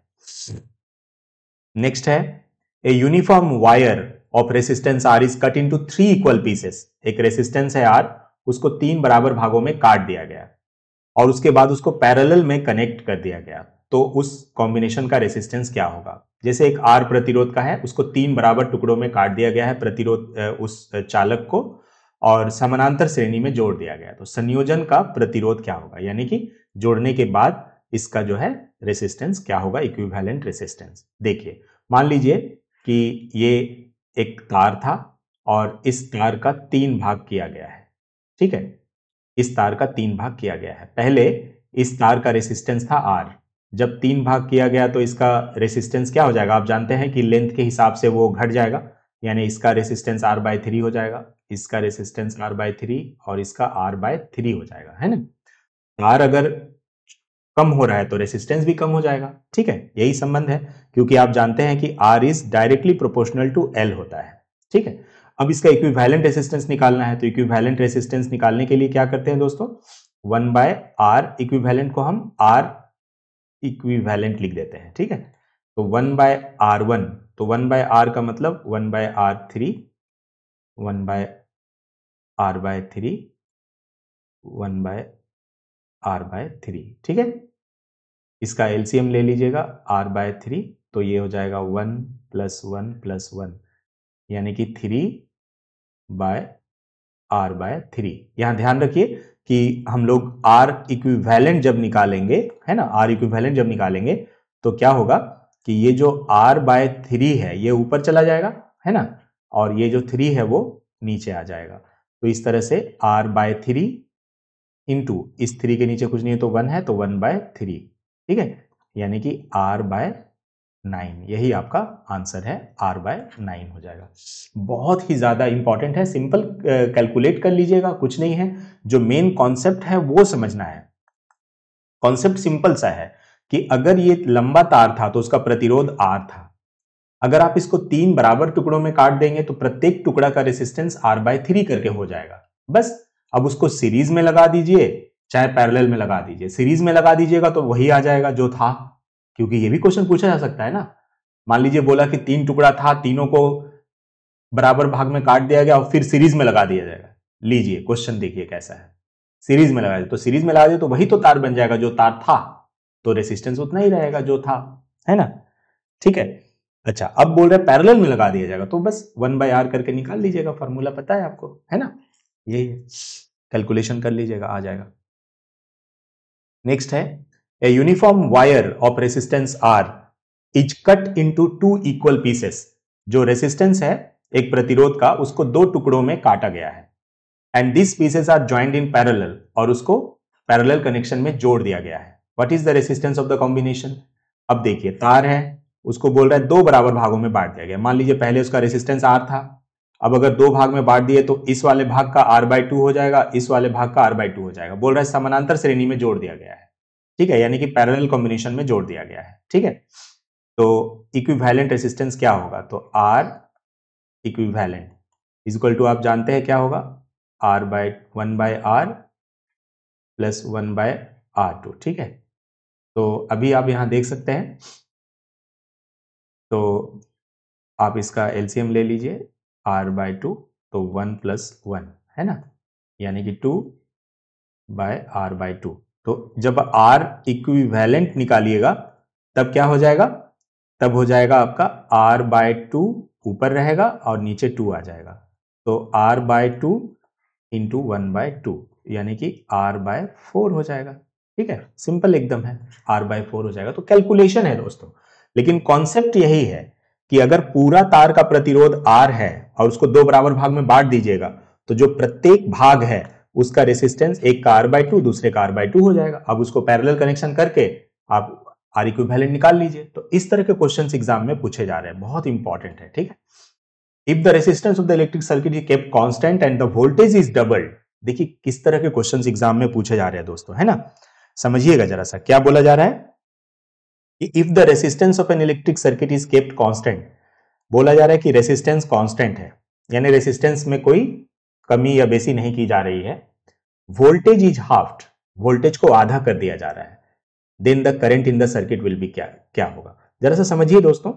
Ohms law, V is directly proportional to I, V is equal to IR, Indian railway, I is equal to अगर आप निकालेंगे तो V/R होगा, यही है, यानी कि करंट का संबंध वोल्टेज से डायरेक्ट है और रेसिस्टेंस से इनवर्सली प्रोपोर्शनल होता है, व्युत्क्रमानुपाती होता है। बोल रहा है कि रेसिस्टेंस कांस्टेंट है, रेसिस्टेंस में कोई चेंज वगैरह नहीं है, और वोल्टेज को आधा कर दिया गया, तो वोल्टेज को अगर आप आधा कर देंगे तो करंट भी आधा हो जाएगा, ठीक है, करंट ऑल्सो गेट्स हाफ्ड, ठीक है, आधा हो जाएगा। तो इस तरह के क्वेश्चंस बहुत ही इंपॉर्टेंट है ना। देखिए, which is inversely proportional to the resistance of the conductor, कौन रेसिस्टेंस के जो कंडक्टर का जो रेसिस्टेंस है उसके इनवर्सली प्रोपोर्शनल कौन होता है। ठीक है, तो देखिए रेसिस्टेंस के इनवर्सली प्रोपोर्शनल क्या होगा, तो आइए हम लोग एक बार देखते हैं। R is directly proportional to L होता है, जितना चालक का लंबाई बढ़ेगा रेसिस्टेंस उतना बढ़ेगा। R is inversely proportional to 1/A होता है, यानी कि area of cross section. Area of cross section मतलब तार का मोटाई, कुल मिला के यही समझ लीजिए। तो इनवर्सली प्रोपोर्शनल किसके साथ है, इसके साथ है, नीचे ये है ना, यानी एरिया का, तो इसीलिए एरिया ऑफ क्रॉस सेक्शन अनुप्रस्थ काट के क्षेत्रफल के साथ, है ना। देख लीजिए कितना अच्छा अच्छा क्वेश्चन सब है। What happens to the resistance of a conductor if its length is doubled? बोल रहा है लेंथ को डबल कर दिया गया और cross sectional area remain same, cross sectional area वैसे ही है जैसे था, तो रेसिस्टेंस पर क्या प्रभाव पड़ेगा। तो देखिए R is directly proportional to L होता है ना। तो अगर आप लेंथ को डबल कर देंगे, ठीक है, लेंथ को डबल कर देंगे तो रेसिस्टेंस भी डबल हो जाएगा, ठीक है ना, क्योंकि देखिए तार का मोटाई के साथ कोई छेड़छाड़ नहीं किया गया है, सीधा बोला जा रहा है कि चालक का लंबाई को दोगुना कर दिया गया, लेकिन जो अनुप्रस्थ काट का क्षेत्रफल है वो समान है, यानी कि उसका मोटाई के साथ कोई छेड़छाड़ नहीं किया गया है। तब क्या होगा, ठीक है, तो उसका प्रतिरोध पर क्या प्रभाव पड़ेगा, तो सीधा बात है लंबाई अगर डबल कर देंगे तो रेसिस्टेंस भी डबल हो जाएगा, ठीक है, ये हो जाएगा, दोगुना हो जाएगा, ठीक है। नेक्स्ट क्वेश्चन है, a fuse is used in an electric circuit to. Fuse का इस्तेमाल क्यों किया जाता है, तो आप लोग बताइएगा दोस्तों, 4 ऑप्शन है, इसमें आपको बताना है कि फ्यूज का इस्तेमाल कहां किया जाता है। आप लोग बताइएगा, fuse is used in an electric circuit to, fuse का इस्तेमाल कहां करते हैं हम लोग, ठीक है, आप लोग बताइएगा दोस्तों थोड़ा सा option. A fuse is used in electric circuit to, किस लिए किया जाता है, to regulate the current, protect the circuit from overload, measuring current, विद्युत धारा के ऊर्जा का भंडारण, धारा प्रवाह को नियंत्रित करना, परिपथ को अतिभार से बचाना, यानी कि protect the circuit from overload. क्योंकि देखिए फ्यूज जो होता है वो सर्किट का रक्षा करता है, उसका वॉच डॉग है, पहरेदार है ये, यानी कि अगर कभी भी एक निर्धारित मात्रा से अधिक अगर विद्युत धारा परिपथ में प्रवेश करना चाहे, सर्किट में अगर प्रवेश करना चाहे, एंटर करना चाहे, तो फ्यूज अपनी कुर्बानी दे देता है, यानी कि वो गल जाता है, कट जाता है, जिससे कि सर्किट ब्रेक हो जाता है और ओवरलोड के कारण, या मतलब जिसे कह सकते हैं कि हाई करंट फ्लो होने के कारण जो सर्किट में जो भी इलेक्ट्रिकल गैजेट हैं वो खराब हो सकते हैं, उसको बचा लेता है। तो फ्यूज का नियम है कि इसका रेसिस्टेंस हाई होता है, प्रतिरोध उच्च होता है, लेकिन इसका जो मेल्टिंग पॉइंट होता है, मतलब इसका जो गलनांक होता है वो कम होता है। ये अक्सर परीक्षा में पूछा जाता है। जनरली फ्यूज लेड और टीन का बना होता है, लेड और टीन का मिश्र धातु यानी कि एलॉय से बना होता है, ठीक है, जिसका फीचर क्या है, लो मेल्टिंग पॉइंट, ताकि मेल्टिंग पॉइंट अगर कम रहेगा तभी तो गलेगा, और हाई रेसिस्टेंस होता है, प्रतिरोध ज्यादा होता है, ठीक है। ऐसे भी आप जानते हैं कि जो एलॉय होता है, जो मिश्र धातु होता है, वो मतलब उसका जो रेसिस्टेंस है वो ज्यादा होता है ना, उसके कंस्टिट्यूएंट एलिमेंट से।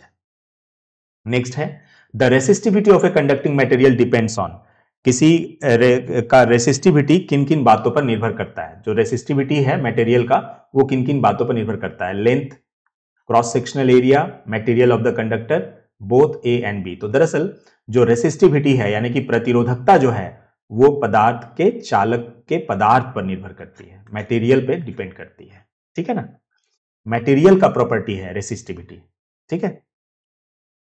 इन a parallel circuit total resistance is, बहुत इंपॉर्टेंट है, बताइएगा, मैंने अभी अभी आप लोगों को बताया था आंसर, थोड़ा बताने की चेष्टा कीजिएगा। In a parallel circuit total resistance क्या होता है, the sum of all individual resistance, always less than the smallest resistance, equal to the largest resistance in the circuit, always greater than the largest resistance. एक समानांतर परिपथ में कुल प्रतिरोध क्या होता है, ठीक है, समानांतर परिपथ में कुल प्रतिरोध क्या होता है, तो आपने क्या देखा कि अगर पैरेलल में लगा होता है तो क्या होता है, लेस देन द लीस्ट, यानी ये वाला, always less than the smallest resistance, ठीक है, यानी कि हमेशा सबसे छोटा से छोटे प्रतिरोध से कम, यानी कि जो सबसे कम प्रतिरोध रहेगा उससे भी कम आता है उसका इक्विवेलेंट रेसिस्टेंस। यही वजह है कि आप कह सकते हैं कि पैरेलल कनेक्शन में जो ओवरऑल रेसिस्टेंस होता है सर्किट का वो कम हो जाता है। ठीक है। The drift velocity of electron in a conductor increases. मान लीजिए कि कोई चालक है, उसमें इलेक्ट्रॉन प्रवाहित हो रहा है, यानी कि विद्युत धारा प्रवाहित हो रहा है। ठीक है। तो पूछा जा रहा है जब क्या होगा, जो इलेक्ट्रॉन मूव कर रहे हैं उसके प्रवाहित जो धारा प्रवाहित हो रही है उस पर क्या प्रभाव पड़ेगा अगर टेम्परेचर बढ़ा दिया जाए तो। The cross sectional area decreases. ठीक है। बोल रहा है कि इलेक्ट्रॉन का जो प्रवाह धारा है वो बढ़ जा रहा है, मतलब इलेक्ट्रॉन का प्रवाह जो है वो बढ़ जा रहा है। ठीक है। The drift velocity of electron increases. Electron का जो वेलोसिटी है वो बढ़ जा रहा है। कब बढ़ेगा? जब टेम्परेचर इंक्रीज करेगा तब, जब क्रॉस सेक्शनल एरिया डिक्रीज करेगा तब, या अप्लाइड पोटेंशियल डिफरेंस इंक्रीज करेगा तब, या the resistance of the conductor increase करेगा तब। ठीक है। थोड़ा सा अपने से बताने का कोशिश कीजिएगा दोस्तों, क्या है सवाल में। देखिए, करंट का स्पीड कब बढ़ेगा, यानी कि उसमें विद्युत धारा कब बढ़ेगी? जब आप पोटेंशियल डिफरेंस को बढ़ा दीजिएगा। पोटेंशियल डिफरेंस को जब आप विभवांतर को बढ़ाइएगा, पोटेंशियल डिफरेंस बढ़ाइएगा तो ही तो करंट बढ़ेगा, क्योंकि ओम साहब ने तो ही बताया V is directly proportional to I, और I का मतलब ही तो है इलेक्ट्रॉनों का प्रवाह, है ना। जितना पोटेंशियल डिफरेंस बढ़ाइएगा, पोटेंशियल डिफरेंस यानी कि विभवांतर बढ़ाइएगा, करंट उतना बढ़ेगा। ठीक है। ये नेक्स्ट है, which of this gaps correctly, which of this graphs, graph दिया गया है और बोला गया है कि ओम्स लॉ को बताता है। ये रहा ग्राफ, ये ग्राफ दिया गया है, इसमें से बताया गया है कौन सा ओम्स लॉ को बताता है। Straight line passing through the origin, एक सीधी रेखा जो मूल बिंदु से गुजरे। एक कर्व इंक्रीजिंग अपवर्ड, जो ऊपर की तरफ जाए, कर्व के रूप में रहेगा। हाइपरबोलिक कर्व या पैराबोला। इसमें से कौन सा ग्राफ ओम के नियम को सही ढंग से दर्शाता है? मूल बिंदु से होकर जाने वाली एक सीधी रेखा, ऊपर की ओर बढ़ता हुआ एक वक्र, एक अति परवलयिक वक्र, अति परवलयिक को हाइपरबोला बोलते हैं, एक परवलय यानी कि पैराबोला। बहुत ही इंपॉर्टेंट क्वेश्चन है, आपको बताना है कि ओम्स लॉ का जो ग्राफ होता है वो कैसा होता है। तो आइए मैं आपको दिखाता हूं। ओम साहब ने क्या बताया था? ओम साहब ने बताया V is directly proportional to I, यानी कि जैसे जैसे आप करंट को बढ़ाएंगे वोल्टेज बढ़ता जाएगा। तो देखिए, अगर आपने वोल्टेज करंट को बढ़ाया, करंट को आप इस एक्स एक्सिस पे ले लीजिए और वोल्टेज को वाई एक्सिस पे ले लीजिए, है ना। तो आप ये देख रहे हैं कि जैसे जैसे करंट को आप बढ़ाएंगे वोल्टेज भी बढ़ेगा। तो इस तरह से ये जैसे जैसे आप जो है करंट बढ़ा रहे हैं वोल्टेज भी बढ़ रहा है, यानी कि इसमें कैसा संबंध आ रहा है दोस्तों, समझ लीजिएगा। इसमें कैसा संबंध आ रहा है? सीधा संबंध आ रहा है, डायरेक्टली प्रोपोर्शनल आ रहा है ना, डायरेक्टली प्रोपोर्शनल है। यानी कि ऐसा ऐसा ग्राफ कैसा हो रहा है, सब को जब प्लॉट कीजिएगा तो एक सीधी रेखा मिलेगा जो मूल बिंदु से जाएगा, यानी ओरिजिन से पास करेगा। तो ओम्स लॉ का ग्राफ याद रखिएगा, जो भी चालक ओम्स लॉ का पालन करते हैं उनका ग्राफ अगर आप खींचिएगा तो वो मूल बिंदु से गुजरेगा और स्ट्रेट लाइन होगा। ये स्ट्रेट लाइन यानी कि सरल रेखा ये बताता है कि सीधा समानुपाती है, यानी कि I बढ़ेगा तो V बढ़ेगा। ठीक है ना, यही चीज है। तो ये आते हैं क्वेश्चन पे, तो याद रखिएगा ए स्ट्रेट लाइन होता है पासिंग थ्रू द ओरिजिन, मूल बिंदु से गुजरना चाहिए। ठीक है। एग्जाम में कभी कभी क्या करते हैं कि एक ग्राफ आपको ऐसे दे दिया यहां से, ऐसा कभी नहीं होता है ग्राफ ओम्स लॉ का। कोई ग्राफ ऐसा दे दिया ऐसा कर्व के रूप में, कभी नहीं होता है ऐसा कर्व बुक की तरह। ओम्स लॉ अगर फॉलो कर रहा है तो ऐसा नहीं होगा, है ना। ओम्स लॉ हमेशा स्ट्रेट लाइन में होगा ग्राफ, और वो मूल बिंदु से जरूर गुजरेगा, ये आपको ध्यान रखना है। ठीक है। तो अब एक और सवाल यहां पर जो है काफी इंपॉर्टेंट है, ग्राफ से रिलेटेड जो क्वेश्चन आता है वो आप यहां पर समझ लीजिए। ठीक है। तो मैं आपको थोड़ा स्क्रीन पे जा करके ये बताता हूं। ठीक है। ये बहुत ही इंपॉर्टेंट है, ग्राफ से रिलेटेड क्वेश्चन आ रहा है एग्जाम में। मैंने बताया कि जब जरूरत पड़ेगी मैं स्क्रीन पे आकर के आप लोगों को बता दूंगा। देखिए, यहां पर दोस्तों समझिए कि ये जो I है और V है, इससे ये पता चलता है कि I अगर आपका बढ़ रहा है तो V भी बढ़ रहा है ना।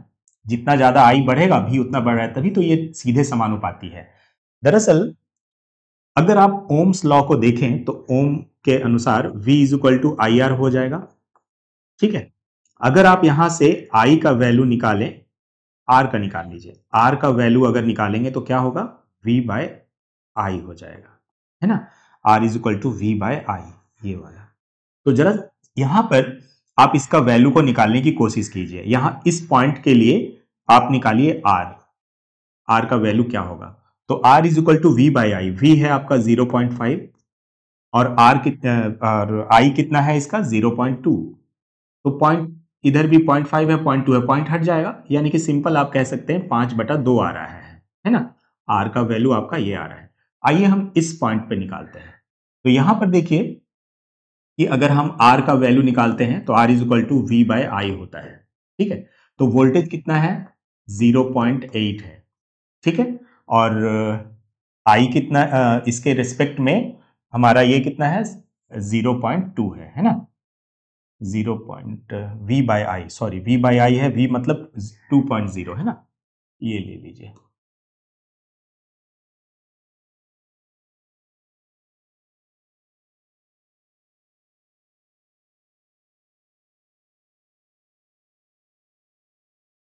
वी का पहले लीजिए, वी है इसके रिस्पेक्ट में 2.0।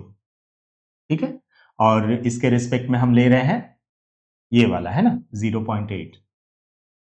पॉइंट हटा दीजिए तो ऊपर में आ जाएगा आपका 20 और नीचे 8। तो 4 2 जा 8, 4 5 जा 20, यानी कि यहां भी आप देखिए 5/2 आ रहा है।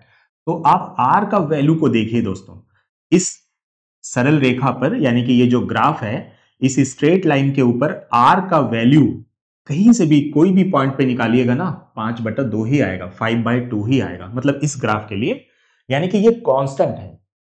और ओम साहब ने तो यही कहा था कि ये जो रिलेशन है V is directly proportional to I, ये तभी वैलिड है जब R कांस्टेंट है। R आपको स्थिर रखना है, तभी तो ये ओम्स लॉ काम करेगा ना। और यहां पर आप एक प्रूफ के तौर पर देख सकते हैं, है ना। तो ये बहुत इंपॉर्टेंट है। अब इसी चीज को यहां पर देखिए, सवाल ये दे देगा एग्जाम में, एक सवाल मैंने डाला नहीं है, आपको यहीं पे समझा दे रहा हूं कि ऐसे करके 2 या 2 से ज्यादा भी दे सकते हैं लाइन, है ना। और इसमें पूछा जा सकता है कि ये जो 3 चालक हैं, जैसे ए बी सी डी दे दिया, ये ए दे दिया, ये बी दे दिया, एक और ले लीजिए ये सी दे दिया। ठीक है, तो इसमें से किसका रेसिस्टेंस ज्यादा है या कम है, ऐसा करके सवाल पूछ देंगे।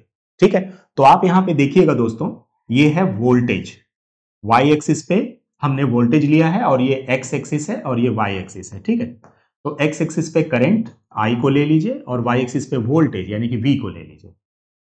आप जानते हैं कि जैसे जैसे करंट बढ़ेगा वोल्टेज भी बढ़ता जाएगा, है ना। आप यहां पे गौर कीजिए, इस वाले के लिए गौर कीजिए, जैसे जैसे करंट बढ़ रहा है वैसे वैसे देखिए वोल्टेज बढ़ता जा रहा है ना, वोल्टेज बढ़ता जा रहा है, यानी कि सीधे समानुपाती है। तो ये भी ओम्स लॉ का ग्राफ है। इस ग्राफ को देखिए, जैसे जैसे करंट बढ़ रहा है वोल्टेज भी बढ़ता जा रहा है, ये भी ओम्स लॉ का ग्राफ है। जैसे जैसे करंट बढ़ रहा है वोल्टेज बढ़ रहा है, ये भी, और सभी स्ट्रेट लाइन है और मूल बिंदु से यानी कि ओरिजिन से पास कर रहे हैं। तो है तो सभी ओम्स लॉ का ग्राफ, लेकिन क्या हम ग्राफ को देखकर ये पता लगा सकते हैं कि ये जो 3 चालक हैं, 3 रेसिस्टर्स हैं ए बी और सी, किसका प्रतिरोध ज्यादा है या फिर कम है ना। ऐसा तो बिल्कुल हम लोग बता सकते हैं। एक पॉइंट कोई भी चुन लीजिए, हम लोग यहां पर एक पॉइंट ले लेते हैं। ठीक है, मान लीजिए एक पॉइंट यहां पे ले लेते हैं, तो इसके कोरिस्पॉन्डिंग में यहां पर एक पॉइंट आएगा, इसमें यहां पर आएगा और इसमें यहां पर आएगा। हमने एक ऐसे ही एक स्ट्रेट लाइन में ले लिया। ठीक है, ये ले लिया। अभी आप जरा सा गौर कीजिए, आइए हम लोग इस पे देखते हैं। तो इसके कॉरेस्पॉन्डेंस में वोल्टेज कितना होगा, यहां पर आएगा वोल्टेज, है ना, यहां पर आएगा। इस वाले के लिए, इस वाले के लिए वोल्टेज यहां पर आएगा, इस वाले के लिए वोल्टेज यहां पर आएगा। ठीक है, जो पॉइंट लिया है मैंने उसको आपको देखना है। अब आप सोचिए कि इसको अगर आप हम डॉट डॉट करके इसी तरह मिला रहे हैं, तो इस पॉइंट पर अगर हम रेसिस्टेंस निकालना चाहें तो R इज इक्वल टू क्या होता है दोस्तों, R इज इक्वल टू क्या होता है, V बाय आई होता है ना। तो हम यहां पर निकाल रहे हैं R is equal to V by I, मान लीजिए ऐसे ही। अब आप बताइए, एक ही करंट के लिए, करंट यहीं पे सेम है, लेकिन देखिए एक के लिए वोल्टेज यहां आ रहा है, दूसरे के लिए वोल्टेज यहां और तीसरे के लिए वोल्टेज यहां। तो जरा सा सोचिए, एक ही करंट के लिए सबसे ज्यादा वोल्टेज किसमें है, इसमें है। ये वाले ग्राफ में, ग्रीन वाला जो ग्राफ आप देख रहे हैं इसमें है। तो आप ये कह सकते हैं कि V का वैल्यू इसके लिए ज्यादा है, तो V अगर ज्यादा होगा दोस्तों तो R भी तो ज्यादा होगा। ठीक है, R भी तो ज्यादा होगा, यानी कि इसका रेसिस्टेंस सबसे ज्यादा है। आइए थोड़ा C के लिए देखते हैं। सबसे कम अगर v का वैल्यू है तो इसके लिए है, इस पॉइंट के लिए, यानी कि ये वाला जो ग्रीन वाला ग्राफ है इसके लिए जो हमने बनाया है ना। तो आप ये कह सकते हैं कि इसका v सबसे कम है एक ही i के लिए, i एक ही है, एक ही पॉइंट पर हमने i लिया, लेकिन v देखिए सबका अलग अलग है।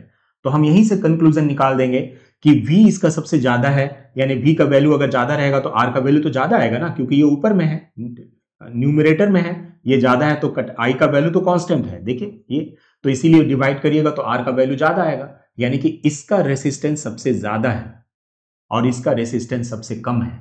तो ऐसा सवाल आपको पूछा जा सकता है एग्जाम में, ठीक है। अच्छा, यह भी पूछा जा सकता है घुमा करके किसमें करंट ज्यादा जाएगा, अगर ऐसा पूछ दिया तो देखिए करंट और रेसिस्टेंस में उल्टा संबंध है। जब इसका रेसिस्टेंस सबसे कम है तो इसमें करंट ज्यादा जाएगा, यानी कि it is a good conductor.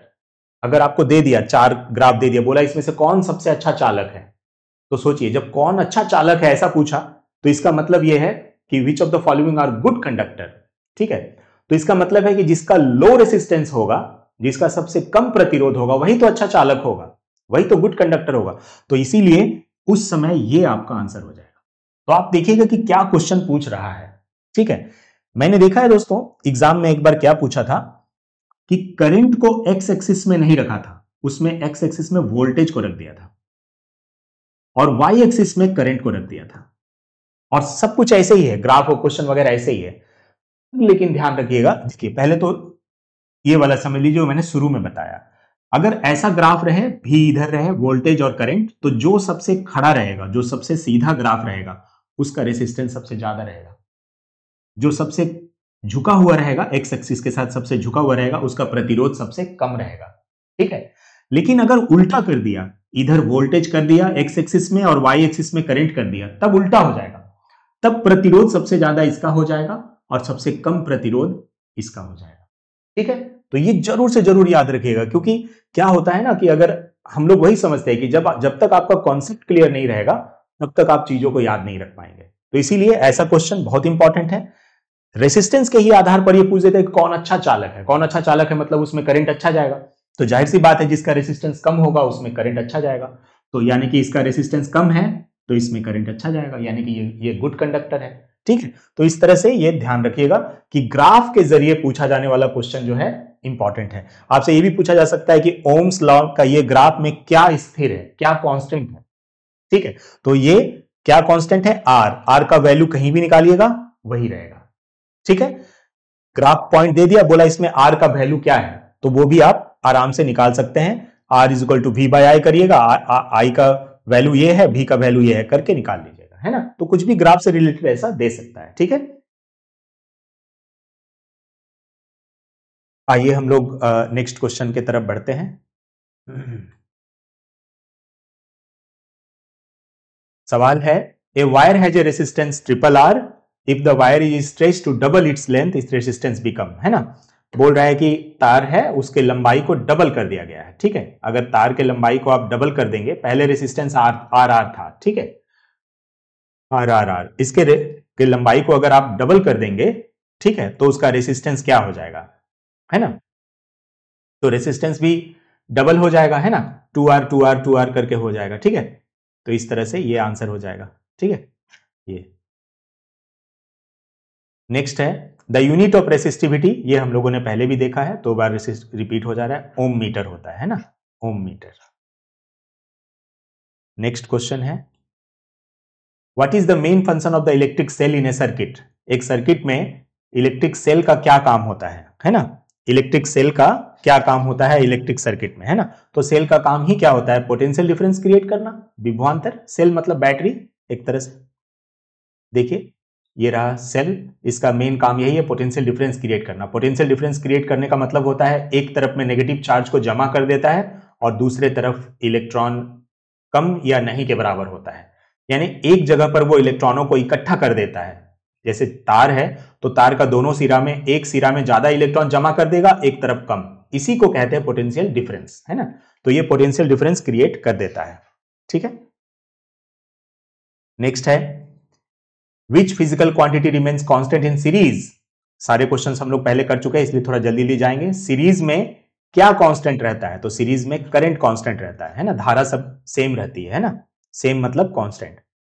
The heating effect of electric current is directly proportional to, जो हीटिंग इफेक्ट है वो किसके सीधे समानुपाती होता है। ठीक है, तो आपने जूल्स लॉ जरूर पढ़ा होगा, मैं आपको एक बार याद दिला दूं। जूल साहब ने बताया कि H इज इक्वल टू, ठीक है, H is equal to I square R T, ये संबंध है। ठीक है, फिर उन्होंने दूसरा नियम बताया H is equal to V square by R T. तीसरा नियम बताया उन्होंने V is equal to I square R T, V square by R T, I equal to I square R V square by R equal to V I T. ये relation उन्होंने बताया, तीन संबंध बताया heating effect of electric current. ये numerical बनाने में भी आपको काम आएगा, और फॉर्मूला भी डायरेक्ट पूछ देता है कि कौन है कौन नहीं है, तो तीनों याद रखिएगा, है ना। सवाल यह है इलेक्ट्रिक करंट के साथ कैसा संबंध है। तो दरअसल देखिए, इलेक्ट्रिक करंट का अगर आप देखिएगा ये से कि अगर उसका रेसिस्टेंस और टाइम अगर आप कांस्टेंट रखिएगा, ठीक है, तो H is directly proportional to I square आ रहा है ना, ये वाला। यानी करंट का अगर आप डबल कर देंगे ना, करंट को अगर आपने डबल कर दिया, सवाल यही है कि कैसा रिलेशन है, तो स्क्वायर ऑफ द करंट, है ना, धारा के वर्ग के बराबर होता है, स्क्वायर ऑफ द करंट के रिलेशन होता है। ठीक है, ये है, बहुत ही इंपॉर्टेंट है, जूल्स लॉ से रिलेटेड क्वेश्चन पूछे जाते हैं। ये तीनों फॉर्मूला आपको याद होने चाहिए। ये रहा जूल्स लॉ, जिन्होंने बताया कि जितना ज्यादा किसी भी ये का प्रतिरोध अगर आप बहुत ज्यादा रखेंगे तो उसमें हीट डेवलप होगा। जब करंट फ्लो करता है किसी चालक से, अगर उसका प्रतिरोध ज्यादा है, रेसिस्टेंस ज्यादा है, तो वो हीट एनर्जी में वहां पर कन्वर्ट हो जाता है। ठीक है, ये सब जो भी है चालक, जैसे इसमें नाइक्रोम यूज होता है, तो इसका जो प्रतिरोध है वो बहुत ज्यादा होता है, जिसके कारण हीट डेवलपमेंट ज्यादा होता है। तो ऐसे जो भी इलेक्ट्रिकल गैजेट्स हैं उनमें जो तार यूज किया जाता है, यानी कि चालक यूज किया जाता है, उसका प्रतिरोध बहुत ज्यादा होता है। प्रतिरोध ज्यादा होने से क्या होता है कि ज्यादा हीट डेवलप होगा। ठीक है, नेक्स्ट क्वेश्चन देखिए दोस्तों, थोड़ा सा आप लोग बताने की कोशिश कीजिए, एक सेकेंड। हाँ,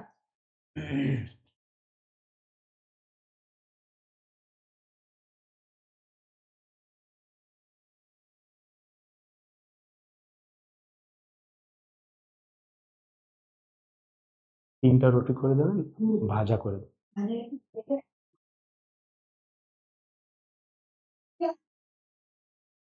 हाँ,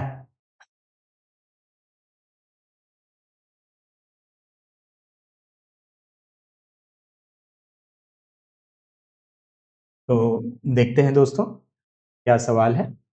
बोल रहा है कि ओम्स लॉ क्या बताते हैं, V equal to I R. ये तो पूछने की बात नहीं है, कई बार मैंने बताया, V equal to Indian railway.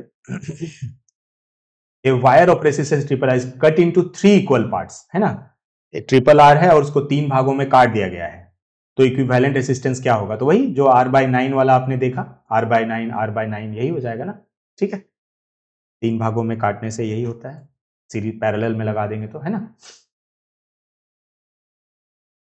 The electrical energy consumed in a device is given by, तो इलेक्ट्रिकल एनर्जी का जो सूत्र है, जो इलेक्ट्रिकल एनर्जी कोई भी उपकरण अगर चल रहा है तो जो विद्युत ऊर्जा को वो खपत करेगी, उसका सूत्र है E is equal to PT, है ना, E is equal to PT, power into time. ठीक है, बहुत ही इंपॉर्टेंट है ये, power into time. What happens to the power dissipated in a resistor if the current is doubled, अगर current को डबल कर देंगे तो पावर डिसिपेशन क्या होगा। तो देखिए, अभी अभी आपने देखा कि H is equal to I square R T होता है। ठीक है, अगर करंट को आप डबल कर देंगे, यानी आई को अगर आप डबल कर देंगे, है ना, तो अगर आई को डबल कर देंगे तो क्या हो जाएगा, आई को डबल कर देंगे तो 2 है उस पर स्क्वायर हो जाएगा, यानी कि 4 गुना हो जाएगा, है ना, तो बिकम्स 4 टाइम, 4 गुना हो जाएगा। जरूर याद रखिएगा, करंट डबल तो हीट डेवलपमेंट 4 गुना हो जाता है। नेक्स्ट क्वेश्चन है, 2 बल्ब है, 2 बल्ब्स है, एक 60 वाट का है और एक 100 वाट का है, are connected in parallel, parallel में लगाया गया है, और 220 वोल्ट सप्लाई लाइन है। Which bulb will draw more current, कौन बल्ब जो है ज्यादा करंट ड्रॉ करेगा। तो देखिए, power is equal to formula होता है V I, P is equal to होता है वी आई। ठीक है दोस्तों, ये ध्यान रखिएगा। तो आई इज इक्वल टू क्या हो जाएगा, पी बाय वी हो जाएगा। तो ऊपर में जो पी है ये पावर है और नीचे भी है वोल्टेज, तो बोला गया है कि वोल्टेज एक ही है, 220 वोल्ट में ही लगाया गया है, यानी वोल्टेज कांस्टेंट है। तो इसका मतलब ये हुआ कि जितना पावर जिसका ज्यादा रहेगा वो उतना ज्यादा करंट लेगा, है ना। ठीक है, यानी कि 100 वाट वाला ज्यादा करंट लेगा, सीधा बात है। तो 100 वाट वाला ज्यादा लेगा। ठीक है, ये चीज है, बहुत इंपॉर्टेंट है। P is equal to V I, ये रिलेशन याद रखिएगा, पावर का ये रिलेशन है। ठीक है, P is equal to V I होता है, और एक होता है P is equal to V square by R, और एक होता है P is equal to I square R. ये तीन रिलेशन याद रखिएगा, P का पावर का रिलेशन। ये भी जो है परीक्षा में काम आएगा आप लोगों को, न्यूमेरिकल में जब बताऊंगा उस समय काम आएगा। नेक्स्ट है, if a conductor obeys Ohm's law, अगर कोई कंडक्टर है जो ओम्स लॉ को फॉलो कर रही है, तो रेसिस्टेंस ऑफ द कंडक्टर क्या होगा। ठीक है, तो आपने क्या देखा कि उसमें रेसिस्टेंस कांस्टेंट रहता है, रिमेन कांस्टेंट, क्योंकि जो ग्राफ आपने देखा उसमें आर का वैल्यू कैसे आ रहा था, R is equal to V by I. हर जगह पे उस ग्राफ पे हर पॉइंट पे आर का वैल्यू सेम आता है, यानी कि रेसिस्टेंस कांस्टेंट रहता है। याद रखिएगा, ओम्स लॉ ने जो कहा कि V is directly proportional to I, ये तभी वैलिड है जब R कांस्टेंट है।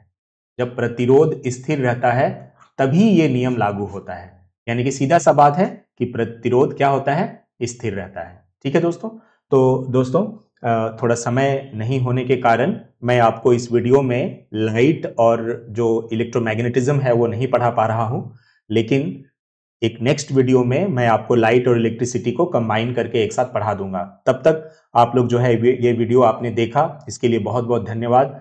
हाँ, उम्मीद है आप लोगों को जरूर समझ में आया होगा। ठीक है, अगर आपने ये वीडियो देखा और अच्छा लगा हो तो आप लोग जो इसके द्वारा मैंने जो आप लोगों को एनसीईआरटी का वीडियो पढ़ाया हुआ है, पूरा पीडीएफ है, NCERT for railway group D exam 2025 करके वो प्लेलिस्ट में है। आप लोग जरूर से जरूर वो वीडियो देखिएगा, और मैं कमिंग वीडियोस में लाइट और इलेक्ट्रोमैग्नेटिज्म को एक साथ पढ़ा दूंगा। धन्यवाद दोस्तों।